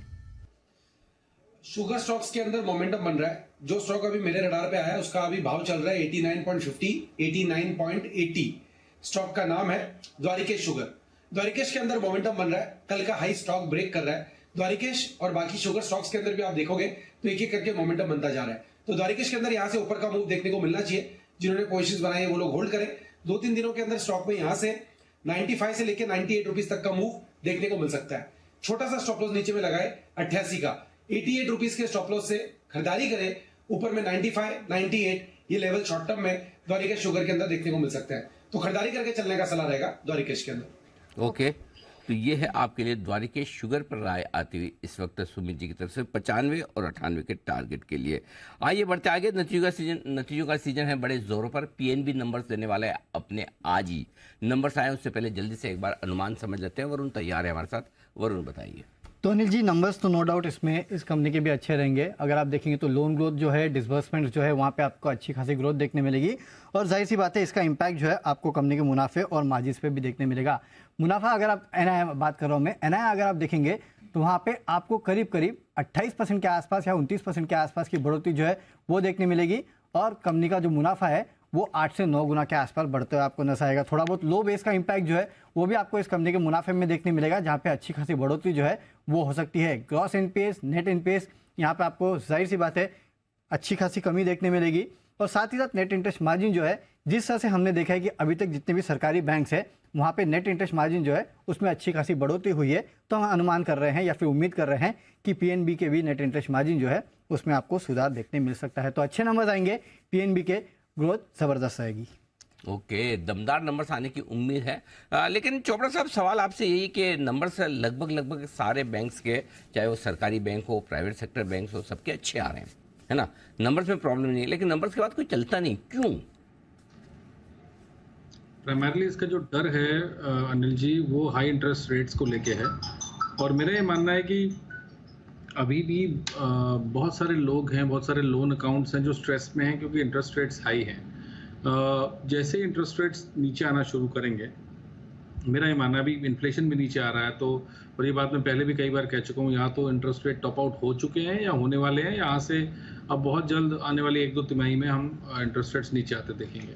हमने रियल एस्टेट में एक ऑलरेडी एक अपसाइड देख लिया है। मोस्टली रियल एस्टेट स्टॉक्स जो हैं वो 25-30% भाग चुके हैं, मगर बैंकिंग में मुझे लगता है ये डर खत्म हो जाएगा जब इंटरेस्ट रेट्स नीचे आने शुरू होंगे। तो डिफ़ॉल्ट रेट्स अपने आप ही नीचे आते हैं जब भी इंटरेस्ट रेट्स नीचे आते हैं।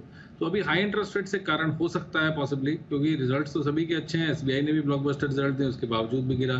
तो कहीं ना कहीं मुझे लगता है डर है, थोड़ा कंफ्यूजन है। आने वाली 1-2 तिमाही में जैसे ही आरबीआई इस बात पे डिसीजन लेता है कि थोड़ा सा इंटरेस्ट रेट्स, चाहे वो 25 बेसिस पॉइंट ही हो, मगर मुझे लगता है तो बैंक्स बहुत अच्छा थम्स अप देने वाले हैं जैसे ही इंटरेस्ट रेट्स नीचे आएंगे। तो पीएनबी के नंबर्स का रहेगा इंतजार। इसी कड़ी में बंधन बैंक भी अपने नतीजे आज जारी करने वाली है, उसके नंबर्स कैसे रह सकते हैं ये भी वरुण से जानते हैं। वरुण बताइए, बंधन बैंक से क्या एक्सपेक्टेड है? थोड़े कमजोर रह सकते हैं इंडस्ट्री के मुकाबले। अगर आप देखेंगे तो नंबर्स वैसे ही कमजोर आने वाले हैं। नंबर्स पहले बता देता हूँ। एनआई जो है 5.5% की गिरावट होगी, 2400 करोड़ पे आएगा। मुनाफा 55% गिर सकता है, 860 करोड़ के आसपास से आने वाला है। मुनाफे में इतनी गिरावट क्यों? क्योंकि लोग मान के चल रहे हैं कि इस बार कंपनी के स्लिपेजेस और प्रोविजंस दोनों में आपको काफ़ी ज़ोरदार बढ़ोतरी देखने मिलेगी और उसका सीधा इम्पैक्ट जो है आपको कंपनी के मुनाफे में देखने मिलेगा। कारोबार में अगर आप ग्रोथ देखेंगे तो उसमें कोई दिक्कत की बात नहीं है, वो अच्छी रहेगी। हालांकि क्रेडिट कॉस्ट जो है वो भी थोड़ा बहुत मान के चल रहे कि लोग कमी आएगी। और आप, मुझे याद है कि पिछले बार जब जितनी भी माइक्रो फाइनेंस कंपनीज है उन्होंने अपने कॉन्फ्रेंस कॉल किया था तो उसमें कहा था कि अब हमने जो रेट इंक्रीज है उसको पास ऑन करना चालू कर दिया है माइक्रो फाइनेंस में भी। तो उसके चलते मुझे लगता है कि इस बार शायद आपको मार्जिन जो है उसमें थोड़ा सुधार देखने मिलेगा, नेट इंटरेस्ट मार्जिन में। लेकिन बाकी पैरामीटर्स खासकर मुनाफा और एनआई अगर आप देखेंगे तो वहाँ पे आपको थोड़ी बहुत गिरावट देखने मिल सकती है। प्रोविजन का इम्पैक्ट जो है वो शायद आपको यहाँ पे देखने मिल सकता है। ओके, तो ये है आपके लिए। बंधन बैंक भी नतीजे देने वाला है। नतीजे पहले हल्का नहीं, अच्छा कमजोर मानेंगे। 2% तो बढ़िया माना जाएगा। लेकिन विनती ऑर्गेनिक्स, इसके नतीजे आपकी स्क्रीन पर फ्लैश होते हुए दिख रहे हैं। 100 करोड़ से मुनाफा बढ़कर 115 करोड़ आता दिख रहा है। कंसोलिडेटेड बेसिस पर आय में हल्की बढ़त है, 486 करोड़ से 503 करोड़ का आंकड़ा। और स्टॉक भी थोड़ा कमजोर 1% नीचे ट्रेड करता हुआ दिख रहा है। ये नतीजे तो मैं बंसल जी को पूछूंगा। बंसल जी, बिना वजह बताया कि मैंने आपसे क्यों पूछा, जल्दी से इसके चार्ट्स और लेवल्स बता दीजिए।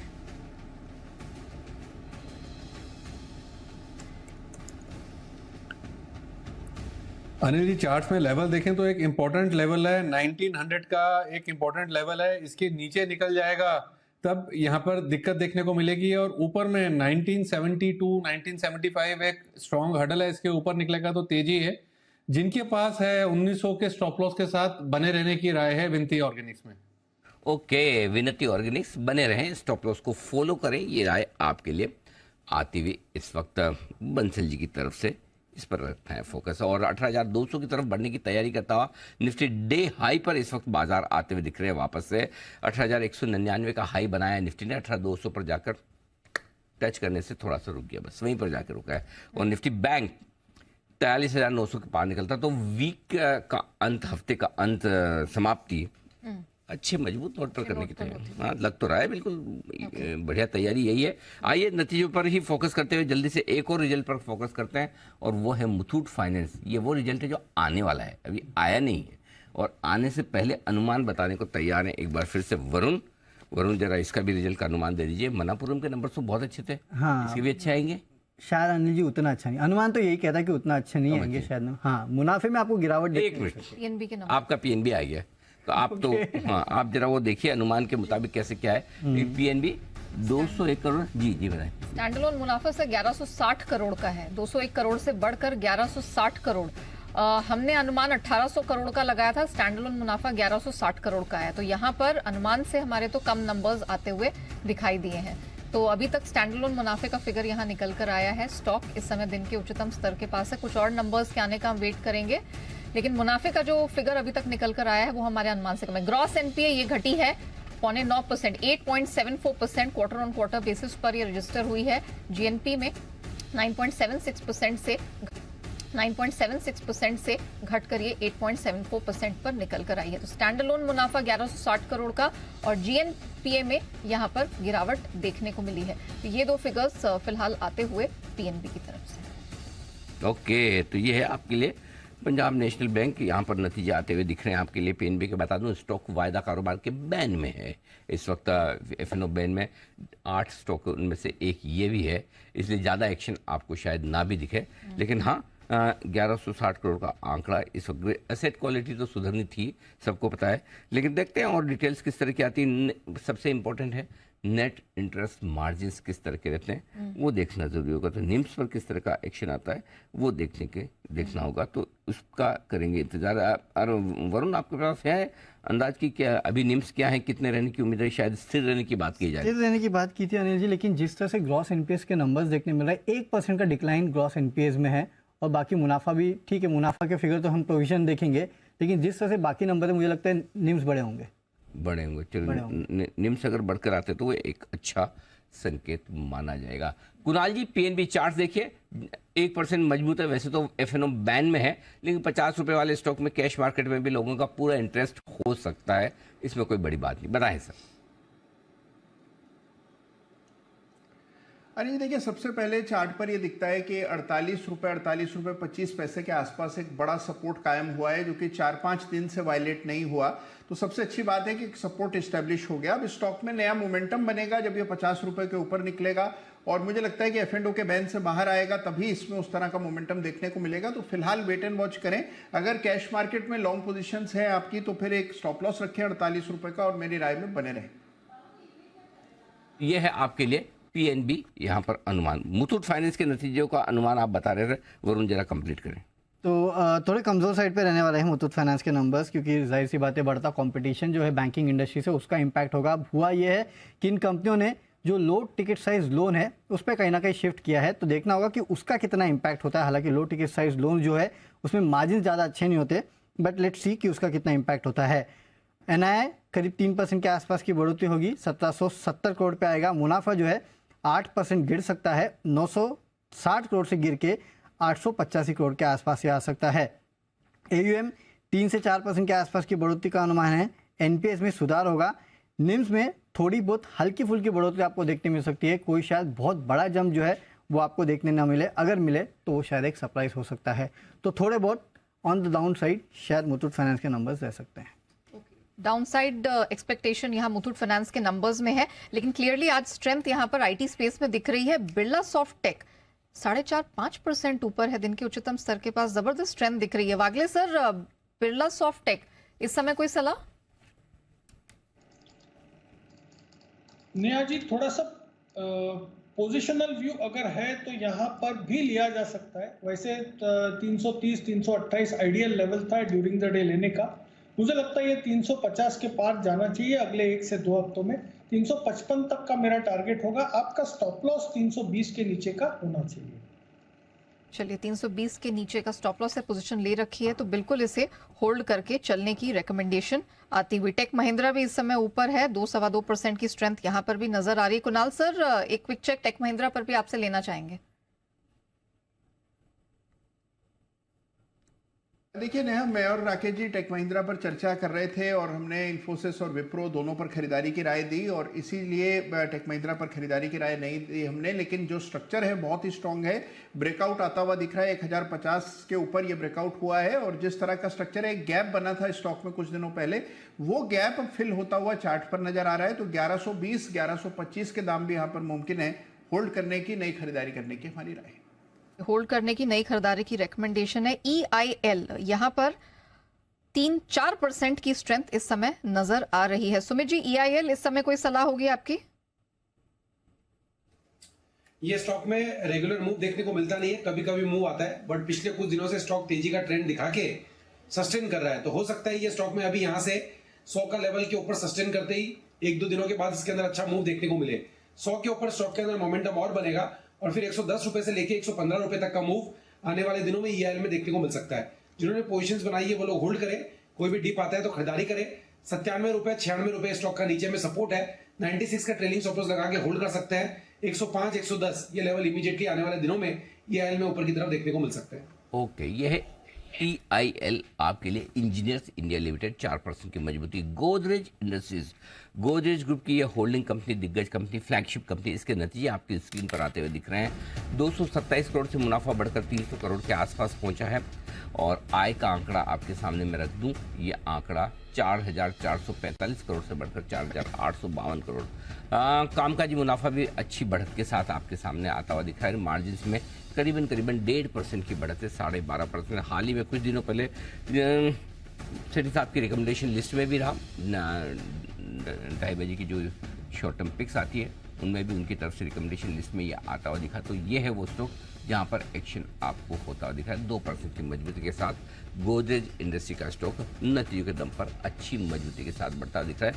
Numbers on the face of it अच्छे नजर आ रहे हैं और दोनों ही चीज़ है, ये स्टॉक एक्शन में आपको इस वक्त दिख रहा है। गोदरेज इंडस्ट्रीज, कुणाल जी चार्ट देखिए, राय दीजिए। अनिल जी देखिए, मैंने और राकेश जी ने भी अभी हाल में 10 की कमाई में भी गोदरेज इंडस्ट्रीज पर खरीदारी की राय दी है। और अनिल जी स्ट्रक्चर अच्छा है, स्टॉक का एक कंसोलिडेशन के दौर में काफ़ी अरसे से रहा है। अब हमें लगता है कंसोलिडेशन पूरा होता हुआ दिख रहा है। हायर बॉटम्स चार्ट पर बनने लगे हैं, जो कि पहला संकेत है कि कंसोलिडेशन पूरा होने वाला है। एक हर्डल है स्टॉक के लिए जो कि 480 485 रुपए के आसपास है। 480 485 के एक ट्रेडिशनल रेजिस्टेंस है, ये पार हो जाए तो इस स्टॉक में फिर आपको एक अच्छा अप मूव देखने को मिलेगा और बहुत सेफ बाय ये इन स्तरों पर है। तो हमारी यहाँ पर खरीदारी की राय है मध्यम से लंबी अवधि के लिए। जिनके पास पोजीशन है बिल्कुल बने रहें और 500 के ऊपर ब्रेकआउट, 485 के ऊपर ब्रेकआउट हो जाए तो बिल्कुल बाय करके चलना चाहिए। ओके इसी बीच अशोक लेलैंड दिन के उच्चतम स्तर के पास अच्छी खासी तगड़ी स्ट्रेंथ यहाँ दिखी है, 1.25% तक की मजबूती। सुमित जी, अशोक लेलैंड सर क्या सलाह होगी? अभी ब्रेकआउट देखने को मिल रहा है, आज 155 या 55 के ऊपर क्लोजिंग देखने को मिल जाती है तो फिर अशोक लेलैंड में आने वाले दिनों में एक ऊपर का मूव देखने को मिलेगा, जिसके अंदर 160 रुपए से लेके 162 रुपए तक के लेवल इमीडिएटली शॉर्ट टर्म में देखने को मिल सकते हैं। पोजिशनली और भी ऊपर के लेवल देखने को मिलेंगे। जिन्होंने पोजिशंस बनाई है वो लोग होल्ड करें, स्टॉक आने वाले दिनों में परफॉर्म करने वाला है। 160 162 ये इमीडिएट शॉर्ट टर्म के टारगेट होंगे, पोजीशन टारगेट और ऊपर के बन सकता है।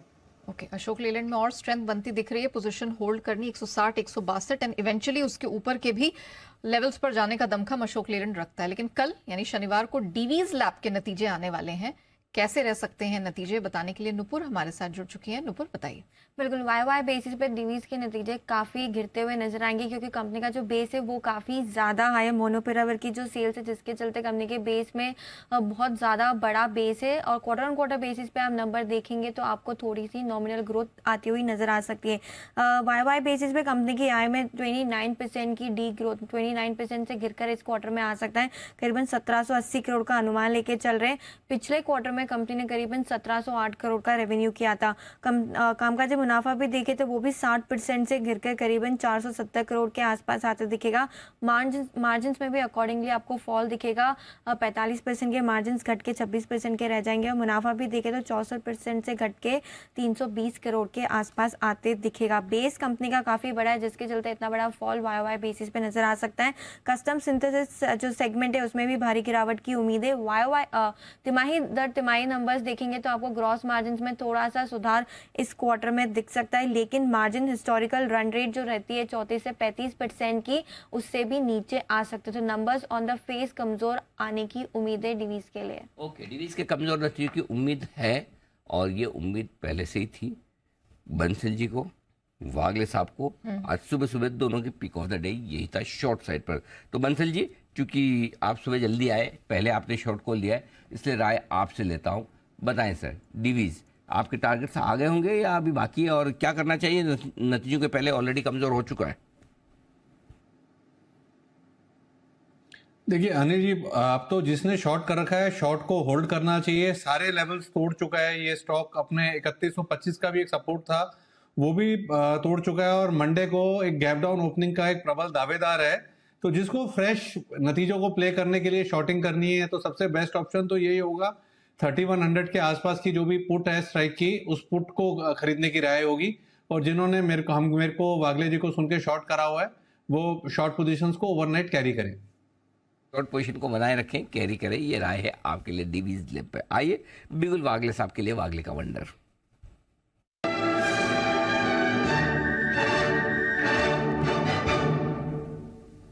बताएं सर। एसटीबीटी है, बेचना है मुझे। सीमेंस में वीकनेस दिखाई देता है। 3780 के आसपास का करंट भाव है। यहां से लेकर एक 20 रुपए की सेलिंग रेंज रखे, 3815 का स्टॉप लॉस होगा। मुझे लगता है ये 3720 से 3700 जाने के लिए तैयार है। मंडे को ये लेवल्स मिलने चाहिए। ओके, तो सीमेंस सेल की रिकमेंडेशन निकल कर आ रही है यहाँ पर। आपको यहाँ पर स्टॉप लॉस 3815 का लगाना है और 3720 3700 तक का टारगेट डाउनसाइड में आपको यहाँ देखने को मिल जाएगा। इसी बीच एक नजर डीएलएफ पर भी डाल लेते हैं। दिन के उच्चतम स्तर के पास ये स्टॉक इस समय कारोबार करते हुए दिखाई दे रहा है। 2.5-3% की स्ट्रेंथ है। कुणाल सर, डीएलएफ कोई सलाह इस समय? देखिए लगातार ये स्टॉक आउट परफॉर्म कर रहा है नेहा, और जिस तरह का स्ट्रक्चर है लगातार हम लोग खरीदारी की राय दे रहे हैं। तो जिनके पास पोजीशन है बिल्कुल बने रहे, मुझे लगता है और ऊपर के लेवल्स आएंगे। अनिल जी के रडार पर स्टॉक रहा है जबरदस्त, उसके बाद मोमेंटम स्टॉक में बना है, तो बहुत बड़ा अपसाइड स्टॉक में मुमकिन है। जिनके पास पोजीशन है बने रहे। शॉर्ट टर्म में भी काफी अच्छा मोमेंटम है, तो शॉर्ट टर्म के हिसाब से भी लिया हुआ है। तो एक 460 का स्टॉप लॉस रख करके मेरी राय में बने रहना चाहिए। स्टॉक इस बार 520 तेजी में छू सकता है। और डिस्क्लेमर यह है नेहा कि बहुत लंबे अरसे से डीएलएफ में मेरा निजी निवेश। तो ये जैसे डीएलएफ अगर यहाँ से डबल हो जाएगा, मतलब डबल नहीं समझो 700, 750, 700, 800, तो आप मुझे धन्यवाद देंगे? अनिल जी, मैं तो आपको धन्यवाद अनिल जी प्रतिदिन देता हूं अनिल जी। नहीं इसके लिए सवेरे अनिल जी आपका धन्यवाद करता हूं। अनिल जी आप मुझे दिन में 2 बार धन्यवाद करते हैं। हाँ। एक बार सुबह का शो समाप्त होने के बाद और एक बार दोपहर का शो बंद होने के बाद। हाँ। और अनिल जी मैं आपको जैसे ही आप मुझे धन्यवाद करते हैं मैं भी मन ही मन आपका भी धन्यवाद करता हूं। वो तो डेली वाला आपको दिन में धन्यवाद, वो तो आपका फर्ज बनता है डेली वाला, वो तो ठीक है। जो डीएलएफ वाला स्पेशल धन्यवाद वो 750-800 पे करेंगे अनिल जी। उसके लिए अनिल जी गुड़गांव में डीएलएफ का अनिल जी साम्राज्य है पूरा। तो आप जब भी दिल्ली तशरीफ लाएंगे तो अनिल जी आपको याद होगा डीएलएफ हम गुड़गांव देखने गए थे। तो इस बार भी अनिल जी जब आप आएंगे तो धन्यवाद के सहित अनिल जी गुड़गांव के नज़ारे आपको दिखाएंगे। वाह क्या बात है। तो डीएलएफ वाकई अच्छा, बाय द वे डीएलएफ जैसे अभी कुणाल जी ने याद दिलाया कि अनिल जी का फेवरेट, तो इस बार एक इंटरेस्टिंग चीज़ दिखी है मेरे 3 वेल्थ क्रिएशन पिक्स में से। आमतौर पर इस बार ये हो रहा है कि रिजल्ट के बाद स्टॉक नहीं चल रहे हैं, लेकिन डीएलएफ रिजल्ट के बाद बहुत तेजी से भागा है।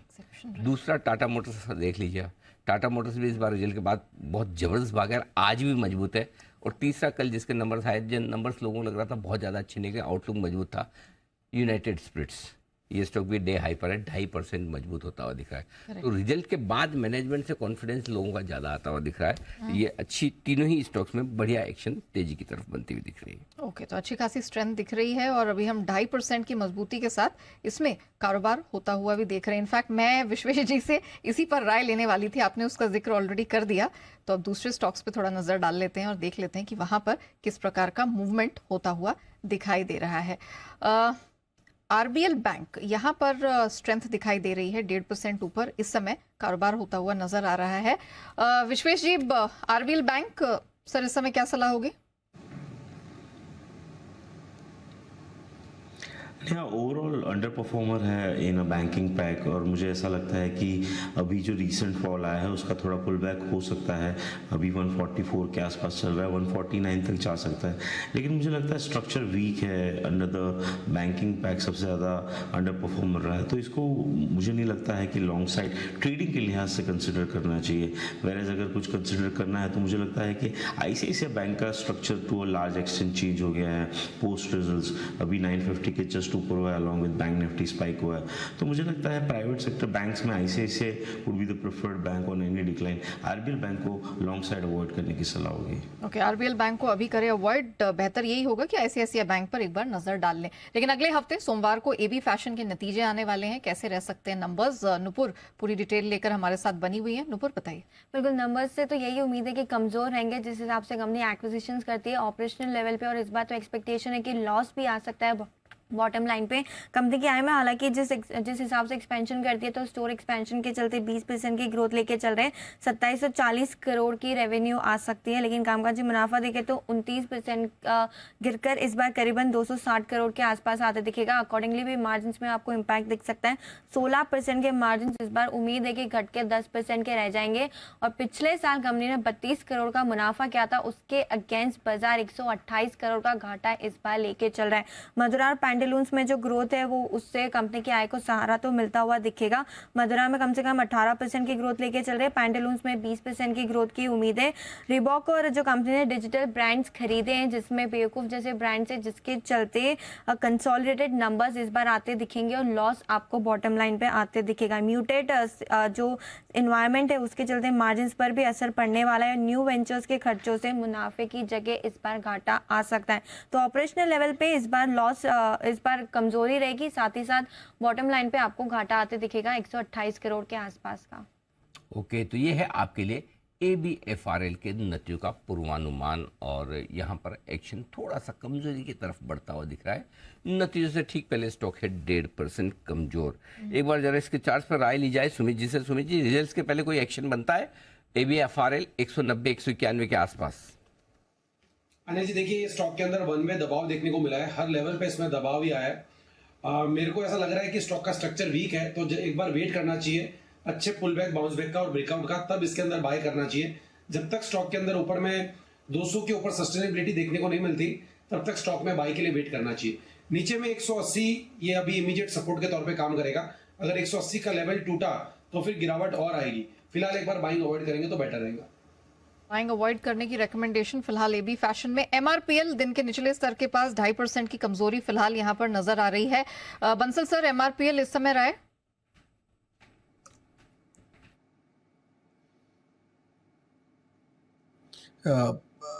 नया एमआरपीएल का अगर हम स्ट्रक्चर देखें तो स्ट्रक्चर बढ़िया है, और इस स्टॉक को मैंने और कुणाल जी ने निचले स्तरों पे रिकमेंड करा हुआ है, और उसके बाद ये स्टॉक 68 रुपीज के लेवल्स भी दिखा के आया था। तो बाय ऑन डिप्स वाला स्टॉक है, जिनके पास है बने रहे। हमने 60-61 के रिकमेंड किया था, और 60 रुपये अब एक स्टॉप लॉस बैठता है। तो जो होल्ड करना चाहते हैं 60 रुपीज के स्टॉप लॉस के साथ यहाँ होल्ड करना चाहिए। बाय ऑन डिप्स वाला स्टॉक है, और यहाँ पर ऊपर आगे चल के 85-90 के लेवल्स भी देखने को मिल सकते हैं। ओके, 85-90 के भी लेवल्स दिख सकते हैं, पोजीशन होल्ड करने की सलाह। मेटल स्पेस वैसे तो बहुत मिक्स बैग यहाँ पर दिखाई दे रहा है, लेकिन वेदांता कुछ चढ़ने की कोशिश दिन के उच्चतम स्तर के पास है इस समय। सुमित जी, वेदांता क्या सलाह होगी सर? मेटल्स साइडवेज मूव दिखा रहे हैं, स्पेशली अगर वेदांता की बात करेंगे तो वेदांता एक अच्छे खासे साइडवेज चैनल के अंदर ट्रेड कर रहा है। स्टॉक का ऊपर में 285-290 का एक रेजिस्टेंस बनता है, नीचे में जो सपोर्ट बनता है वो 270-275 का बनता है। अभी ये साइडवेज चैनल के अंदर ट्रेड कर रहा है, बेटर रहेगा इसको अवॉइड करें। और मेटल्स के अंदर ऊपर पे सेलिंग प्रेशर देखने को मिलता है, तो जब तक इसका ऊपर में रेजिस्टेंस ब्रेकआउट नहीं आता है तब तक बाउंस पे सेल करके काम करेंगे तो अच्छा होगा। नीचे में 270 रुपए तक के लेवल देखने को मिल सकते हैं। ओके, इरकॉन इंटरनेशनल गिरावट यहाँ पर नजर आ रही है, 2% की कमजोरी है इस समय। वागले सर, इरकॉन इंटरनेशनल अभी आपकी तरफ से कोई सलाह होगी?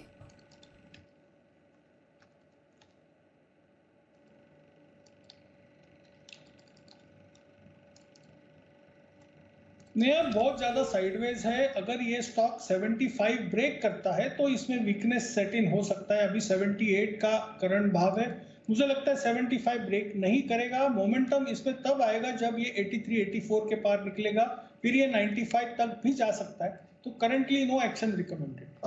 ओके, नो एक्शन रिकमेंडेड, लेकिन वक्त हो गया है बैन से बेनिफिट का।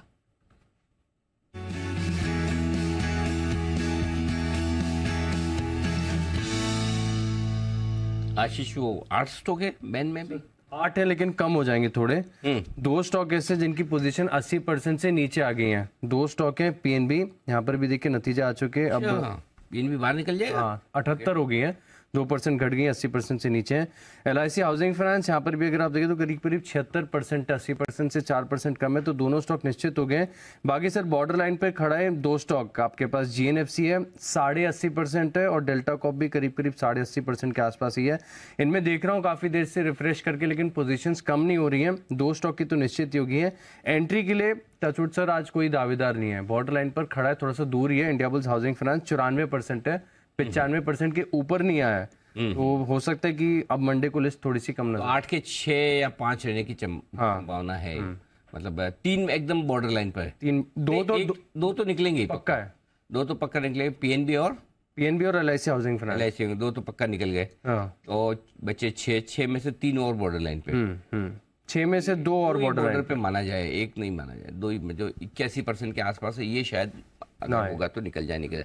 अच्छा, बाय द वे, वो आपने रिसर्च की सर? उसके ऊपर चल रहा है काम, पुराना डेटा निकालना पड़ेगा थोड़ा सा, तो मंडे तक आपको मिल जाएगा। पिछली बार कितने स्टॉक एक साथ इतने बैन में आए थे? बहुत बढ़िया, वेरी नाइस। वैसे तब तक काफी कुछ बाहर भी आ जाएंगे। हाँ, लेकिन अब तो हाँ वीकली, ये वीक तो मंथली एक्सपायरी कर लिया, तो अब धीरे धीरे बाहर निकलना शुरू करेंगे भी। ये बिल्कुल क्लियर कट है आपके लिए। परफेक्ट। तो पीएनबी बैन से बाहर आने की तैयारी में है, और जरा इसी पर विश्वेश जी से एक बार राय ली जाए। विश्वेश जी, वैसे तो बैन में बाहर तो सोमवार को आएगा, लेकिन क्या कुछ चार्ट्स में ऐसा कोई दमखम दिखता है कि कैश मार्केट में डिलीवरी करके लिया जाए? देखिए अनिल जी, ओवरऑल अगर देखें तो स्टॉक तो साइडवेज ही है, और मुझे ऐसा लगता है कि ऑप्शन के डेटा भी देखें तो 50 की कॉल में जो ऑप्शन राइटिंग है वो यही इंडिकेट करती है कि स्टॉक शायद ये एक्सपायरी तक बैंड में बना रहे। मैसिव ओपन इंटरेस्ट है अनिल जी। मुझे ऐसा लगता है कि आने वाले 2 या 3 दिन तक अनिल जी साइडवेज ट्रेंड रहेगा। इनफैक्ट नीचे की साइड मुझे लगता है 47 भी टच कर सकता है, तो मुझे लगता है डिलीवरी के लिए भी थोड़ा वेट ही करना चाहिए अनिल जी। चलिए, तो वो रिकमेंडेशन पीएनबी में आती हुई, लेकिन वक्त हो गया है 3-20 की सर की स्ट्रैटेजी का।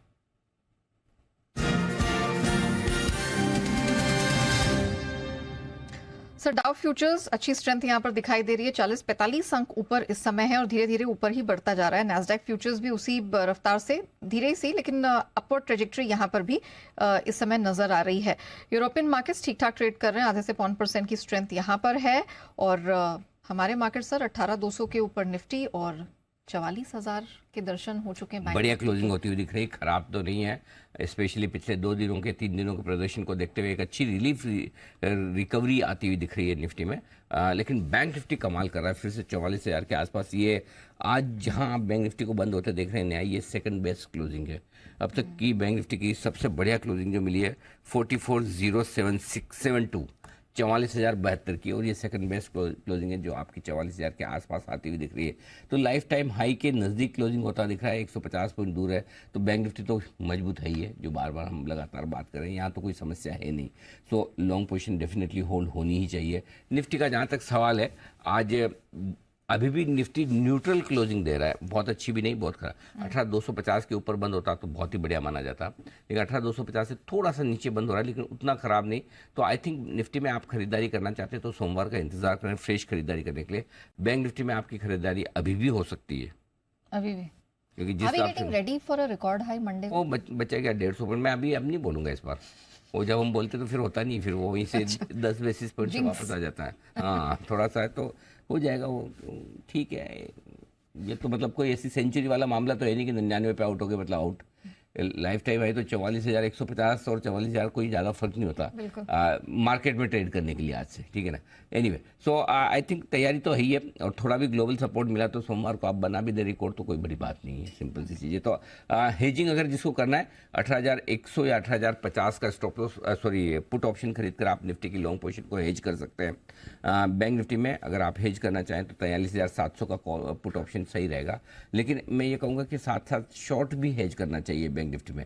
निफ्टी में करें ना करें, बैंक निफ्टी में 44,200 के कॉल ऑप्शन के साथ अगर आप शॉर्ट हैं तो आपको हेज रहना चाहिए सोमवार के लिए। दोनों को हेजिंग ज़रूरी, और अगर लॉन्ग पोजीशन बनानी है बैंक निफ्टी में बनाई जा सकती है। यहाँ से आप आज भी लॉन्ग पोजीशन बनाकर जा सकते हैं, क्रिस्टल क्लियर एकदम रहा है। और अगर आपको फिर ऑप्शन की रणनीति चाहिए कौन सा है, तो जय ठक्कर तैयार है, और पूरी मेरे दिल के अंदर से आवाज़ आ रही है कि शायद वो बैंक निफ्टी का ही कोई ऑप्शन दे दे। चलिए बुगल कैश का option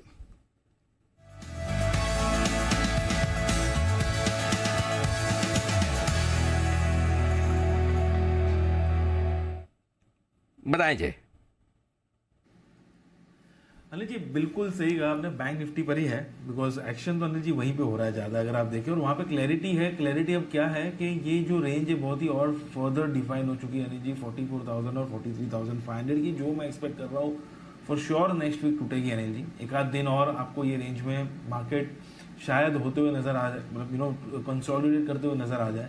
I don't see further consolidation beyond a day now on bank nifty, and at least till the expiry point of view अगर आप ये वीक अगर देखें अनिल जी तो on a week on week basis bank Nifty on a futures data is almost a futures spot अगर आप देखें तो 0.5% positive Anil ji. Next week मैं एक्सपेक्ट कर रहा हूँ कि नियर टू अराउंड 2% के आसपास का आपको मूव देखने मिलेगा। आई मीन ये रेंज आपको डेफिनेटली आइदर साइड ब्रेकआउट होते हुए नजर आएगी। मुझे ऐसा लग रहा है कि हाई लो का डिफरेंस लगभग आपका 2% का नेक्स्ट वीक का होना चाहिए, इसीलिए लॉन्ग स्ट्रैंगल अनिल जी मैं रेकमेंड करूंगा। डिस्पाइट वीकेंड है, weekend ahead of the weekend भी मैं वो रेकमेंड करूंगा, बिकॉज ज़्यादा कुछ लागत है नहीं आपकी। अगर 44,500 के स्ट्राइक का कॉल ऑप्शन देखें तो 68 पर ट्रेड कर रहा है, और 43,500 का पुट ऑप्शन 100 रुपये पर ट्रेड कर रहा है, तो आपकी नेट लागत जो है ना जी 168 रुपये की है। आप चाहे तो इस पर 48 रुपीज़ का स्टॉप लॉस लगाए, कंबाइंड 120 पॉइंट का रिस्क होगा। टारगेट ऊपर में आपका बन जाएगा 310 से लेके 430 का, तो 310 430 ये दो कंबाइंड प्रीमियम्स के टारगेट्स रहेंगे। स्टॉप लॉस आपके लगभग 48 के आसपास के आप रख सकते हैं। आई डोंट सी कि ये मार्केट नेक्स्ट वीक पूरा at least until 25th of May ये 500 पॉइंट में बैंक निफ्टी निकाल देगा। ऐसी ब्रेकआउट हैपनिंग आइदर साइड एक दफे होगा, भले बाद में रेंज में बाद में आ जाए। So you see that 800 to 1000 points move going forward for sure next week, ऐसा मुझे ऐसा लग रहा है। हर पॉइंट का मूव बड़ा आने की तैयारी है। ज़्यादा संभावना किस तरफ है, 60-40 ऊपर या नीचे? अरे जी देखिए अहेड ऑफ द वीकेंड अगर मार्केट ऊपर की तरफ क्लोज हो रहा है तो ऑब्वियसली बायस ऊपर 60%। थोड़ा कम कर लो, 55 का डांस भी देखना है जी। डांस का नाम मतलब डांस का नाम लेते वो जाके वहाँ पहुँच जाता है, वापस नीचे आ जाता है। तो अच्छा बताइए, 44,500 का कॉल लेना है, 43,500 का पुट लेना है, राइट? हाँ जी परफेक्ट है जी। ओके, 44,500 का पुट ऑप्शन खरीदिए, कॉल ऑप्शन खरीदिए, 43,500 का पुट ऑप्शन खरीदिए इस मंथली सीरीज का। और ये स्ट्रेटजी बनाने का फ़ायदा ये है कि 800,000 पॉइंट का एक बड़ा मूव जो आने की तैयारी बैंक निफ्टी दे रहा है, पूरे हफ्ते कंसोलिडेट करने के बाद में 43,500 के नीचे गया नहीं, 44,200 के पार निकला नहीं, तो कहीं न कहीं बड़े मूव की तैयारी है। और क्योंकि जब रेंज के हायर एंड पे तो संभावना इस बड़े मूव की ऊपर की तरफ थोड़ी सी ज़्यादा, हालांकि जय साफ साफ कहने से थोड़ा सा बच रहे हैं। हाँ मैंने कोशिश तो की है, लेकिन मैं ठीक है जनरल न्यूज़ चैनल में नहीं तो मैं निकलवा ही लेता 3-4 बार पूछ के, वैसा है। तो चलिए निफ्टी बैंक पर ये है आपके लिए ऑप्शन की स्ट्रेटेजी। ओके चलिए, तो वो रिकमेंडेशन आती हुई और अब हम देख रहे हैं कि तेजी के साथ बहुत सारे यहाँ पर जो स्टॉक्स हैं अब लाल से हरे निशान में तब्दील होते हुए नजर आ रहे हैं और अच्छी खासी स्ट्रेंथ यहाँ पर बनती हुई फिलहाल नजर आ रही है। बैंकिंग स्पेस के बहुत सारे स्टॉक्स हैं जिनमें मजबूती दिखाई दे रही है। कुछ स्टॉक्स है जहां पर प्रेशर दिखाई दे रहा है, उनका एक बार हम यहां पर चेक ले लेते हैं। गेल यहां पर प्रेशर देखने को मिला है, हालांकि हमने देखा कि बहुत सारे एक्सपर्ट्स ऑलरेडी इस पे सलाह दे चुके हैं, लेकिन आज हम देख रहे हैं कुछ प्रेशर यहां पर 1.5% के आसपास का फिलहाल नजर आ रहा है। वागले सर, गेल कोई सलाह होगी सर?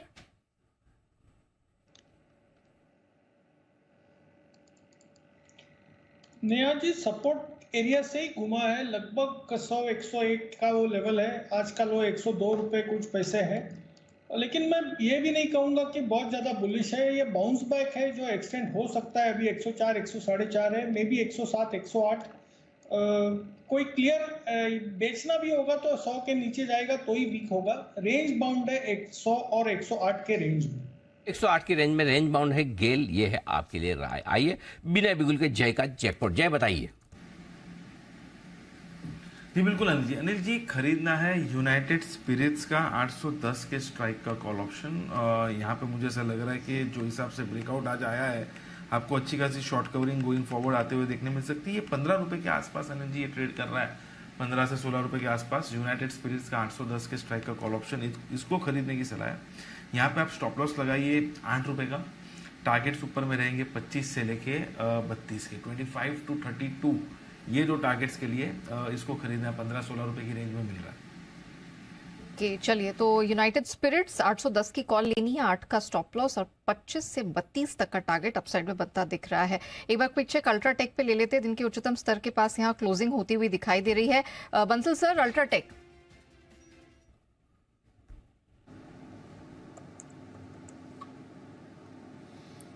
नया अल्ट्राटेक का टेक्निकल स्ट्रक्चर अच्छा है और बिल्कुल राइटली आपने मेंशन करा, क्लोजिंग अच्छी हो रही है। नया कुछ फ्रेश नहीं करेंगे इसके अंदर, जिनके पास है वो 7600 के स्टॉप लॉस के साथ बने रहे। कुछ नया नहीं करना है, जिनके पास है होल्ड की राय है। ओके, नया कुछ ना करें। Already Bansal ji Friday mood में आ चुके हैं, वीकेंड में। आप सवाल मत पूछिए। अब बंसल जी ठीक है, मैंने नेहा को मना कर दिया, अब कोई सवाल नहीं पूछेगी आपसे, क्योंकि घंटी की आवाज़ भी आपके कानों में आने वाली थी। बच चुकी है 1200 के ऊपर क्लोज होते हुए बाजार 75 अंकों के फायदे के साथ 44,000 से थोड़ा सा नीचे 228 अंकों की मजबूती के साथ आधा % की तेजी सेंसेक्स निफ्टी और बैंक निफ्टी में आपको नजर आएगी। ट्रिपल सेंचुरी मारता हुआ सेंसेक्स डे हाइस पर बंद होने के लिए तैयार होते बाजार। आइए, प्रोविजनल क्लोजिंग, फाइनल क्लोजिंग आएगी थोड़ी देर में। तब तक बाजार बंद होने के बाद का एक्शन आपके लिए। कमोडिटी स्पेशल का दिन है आज, फोकस है खाने के तेल पर। याद कीजिए, ठीक 1 साल पहले 2022 मई का महीना दुनिया भर में खाने के तेल की कीमतों पर हाहाकार मचा हुआ था। रिटेल में खाने के तेल के दाम 200 रुपये प्रति किलो के ऊपर तक पहुंच चुके थे। देश भर में छापे पड़ रहे थे। इंडोनेशिया को पाम तेल के एक्सपोर्ट पर बैन तक लगाना पड़ा, लेकिन अब हालात है बिल्कुल अलग।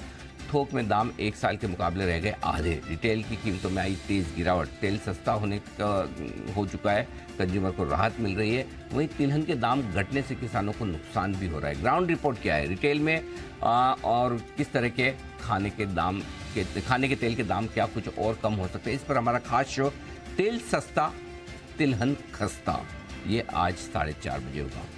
इसके अलावा आपकी खबर, आपका फायदा।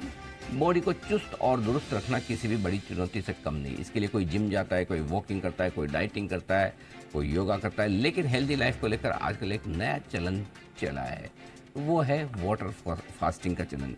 यानी कि सिर्फ पानी पीकर आप व्रत रखें। हाँ, तो समझेंगे कि क्या है वाटर फास्टिंग और क्या इससे वाकई में मोटापे समेत दूसरी बीमारियों से लड़ने में मदद मिलती है। इसके नियम कायदे क्या हैं, कौन से लोग इन्हें कर सकते हैं, किन्हें नहीं करना चाहिए। ढेर सारे सवाल। पहले बात तो अगर आपने इसका नाम सुना तो अच्छी बात, नहीं सुना तो भी सुन लीजिए।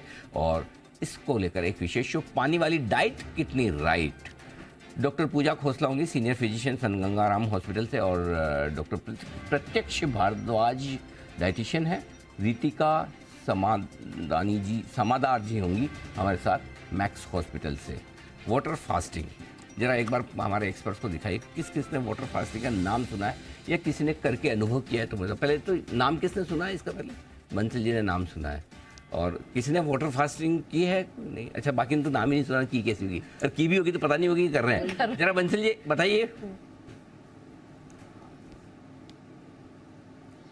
अनिल जी, इसको ये तो अभी हिंदी में बोला अनिल जी, इसको बोलते हैं डिटॉक्सिफाई वाटर। अनिल जी कुछ नहीं करते अनिल जी, ये लोग बड़ी सी कांच की बोतल लेते हैं, उसमें खीरे, नींबू, पुदीना और अनिल जी तुलसी वुलसी डाल देते हैं और दिन भर अनिल जी पानी पीते रहते हैं। अनिल जी हम तो ऐसे नहीं जी सकते हैं, it's not my cup of tea. Anil ji, मेरे एक दो मित्र अनिल जी जो ये कर रहे हैं, तो वो खाना तभी खाते हैं जब मेरे यहाँ आते हैं अनिल जी, तो उस दिन बड़े खुश होते हैं। तो मैं तो आई एम शॉक्ड कि भैया अपने घर पे भी खाना खा लो अनिल जी।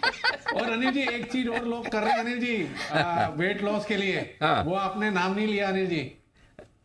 एक और भी कर, एक तो इस जो दोस्त आपके लोग जो खुद के घर पे खाना नहीं खाते, दूसरे पे आके खाते हैं, उसको होम फास्टिंग कहते हैं। कि खुद का बचाओ, दूसरों का खाओ। अच्छा, बाय द वे, हमारे तो कभी वाटर फास्टिंग, वो बंसली कभी हो जाता होगा घर पे झगड़ा, तो फिर उन्हें वाटर फास्टिंग करना पड़ता होगा, बाकी हम लोगों को तो खाना मिल जाता है। अच्छा, कौन सी वाली दूसरी जो हमें नहीं पता? अनिल जी, वो मेरे मित्र कुणाल जी कर रहे हैं। अब मैं सार्वजनिक करूंगा तो बुरा मान जाएंगे। वो कुणाल जी कर रहे हैं, आजकल नया नया शुरू करा है उन्होंने। चलो, इतनी तो सार्वजनिक हो गई कि कोई कोई ऐसी बात करें जो बुरा लगने लायक है। चलिए, वो काम करे, कारगर साबित हो, ये हमारी आपको शुभकामनाएं। आइए बढ़ते आगे, इसके बाद के शो पर करते हैं फोकस। मनी गुरु में आज हम विस्तार से चर्चा करेंगे कुछ ऐसे मुद्दे की। उससे पहले एक और विशेष शो हमारा, क्रेडिट कार्ड से इंटरनेशनल ट्रांजैक्शंस पर 20% TCS से हर कोई टेंशन में है। हमने जी बिजनेस पर हमारे खास मेहमानों के साथ इसकी बेसिक बातों को आसान भाषा में समझाया, लेकिन मामला इतना जटिल है कि अब भी ढेर सारे हैं कन्फ्यूजन। बच्चों की पढ़ाई, मेडिकल का खर्चा, विदेश में कैब लेना, फाइलिंग का तरीका, ऐसे कई सारे ऐसे सवाल हैं जिनमें TCS कटेगा या नहीं, टैक्स कटेगा नहीं कटेगा तो कितना, कब, कैसे, कौन काटेगा, कौन भरेगा, ये सारे जो सवाल हैं, इसके जवाब रात 8 बजे हमारी प्राइम टाइम बुलेटिन में आपको मिलेंगे। TCS बढ़ा, क्या असर पड़ा, ये देखिएगा जरूर आज शाम 8 बजे। आप भी अगर कोई सवाल पूछना चाहते हैं हमारे एक्सपर्ट से, तो अपने सवाल जरा लिख कर भेजिए। और TCS की टेंशन, ये हमारा हैशटैग है, इस पर आप सवाल लिख दीजिए, हैशटैग जी बिजनेस भी इस्तेमाल करें, ताकि हम आपके सवालों को हमारे शो में कर सकें शामिल। इसके अलावा हमारी दूसरी कवर स्टोरी व्हाट्सएप से है। आपको याद होगा कि जी बिजनेस ने विदेशी नंबरों से आ रहे अनजान व्हाट्सएप कॉलिंग को लेकर मुहिम चलाई थी, जिसका बड़ा असर भी दिखा। जल्द ही व्हाट्सएप का इस्तेमाल करने के लिए सिम कार्ड अनिवार्य होगा, यानी कि फर्जी नंबरों से व्हाट्सएप के जरिए अब कॉल नहीं आएंगे। इंडिया 360 डिग्री में आज हम इसी का करेंगे विश्लेषण, बताएंगे कि बिना सिम कार्ड के व्हाट्सएप का मामला है क्या। देखिएगा जरूर, सिम नहीं, व्हाट्सएप नहीं, ये हमारी दूसरी कवर स्टोरी। तो आपके काम की सारी कवर स्टोरीज आती दिखेगी। वीकेंड सेशन है, आप आराम से एंजॉय करें, और इस वीकेंड पर काफ़ी कुछ एक्शन क्रिकेट के मैदान पर भी होने वाला है। तो एक तो पक्का ही है, GT आपकी क्वालिफाई कर चुकी है, लेकिन बाकी 3 टीमें और कौन प्लेऑफ में जाएगी उसका भी आप अपना हिसाब से अंदाज लगा सकते हैं, मैच भी देख सकते हैं। मैंने एक ट्वीट भी किया है, जिस पर आप चाहें तो अपने दिमाग के घोड़े दौड़ाएं, अपने अनुमान लगाएं कि कौन सी टीम होगी 3 दूसरी टीम। वैसे CS के भी चांसेस तो पूरे हैं, लेकिन बाकी 2 टीमों को लेकर कौन सा होगा उस पर आप अपना अंदाज लगाते रहें। चलिए, विदा लेने का वक्त है। कुणाल जी, राकेश जी, चोपड़ा साहब, सुमित जी, साथ ही विश्वेश जी, वागले साहब, जय ठक्कर साहब, आप सबका बहुत बहुत धन्यवाद आज हमारा साथ देने के लिए। सोमवार सुबह आप सबसे फिर होगी मुलाकात। Have a nice weekend. मुझे और नेहा को इजाज़त दीजिए।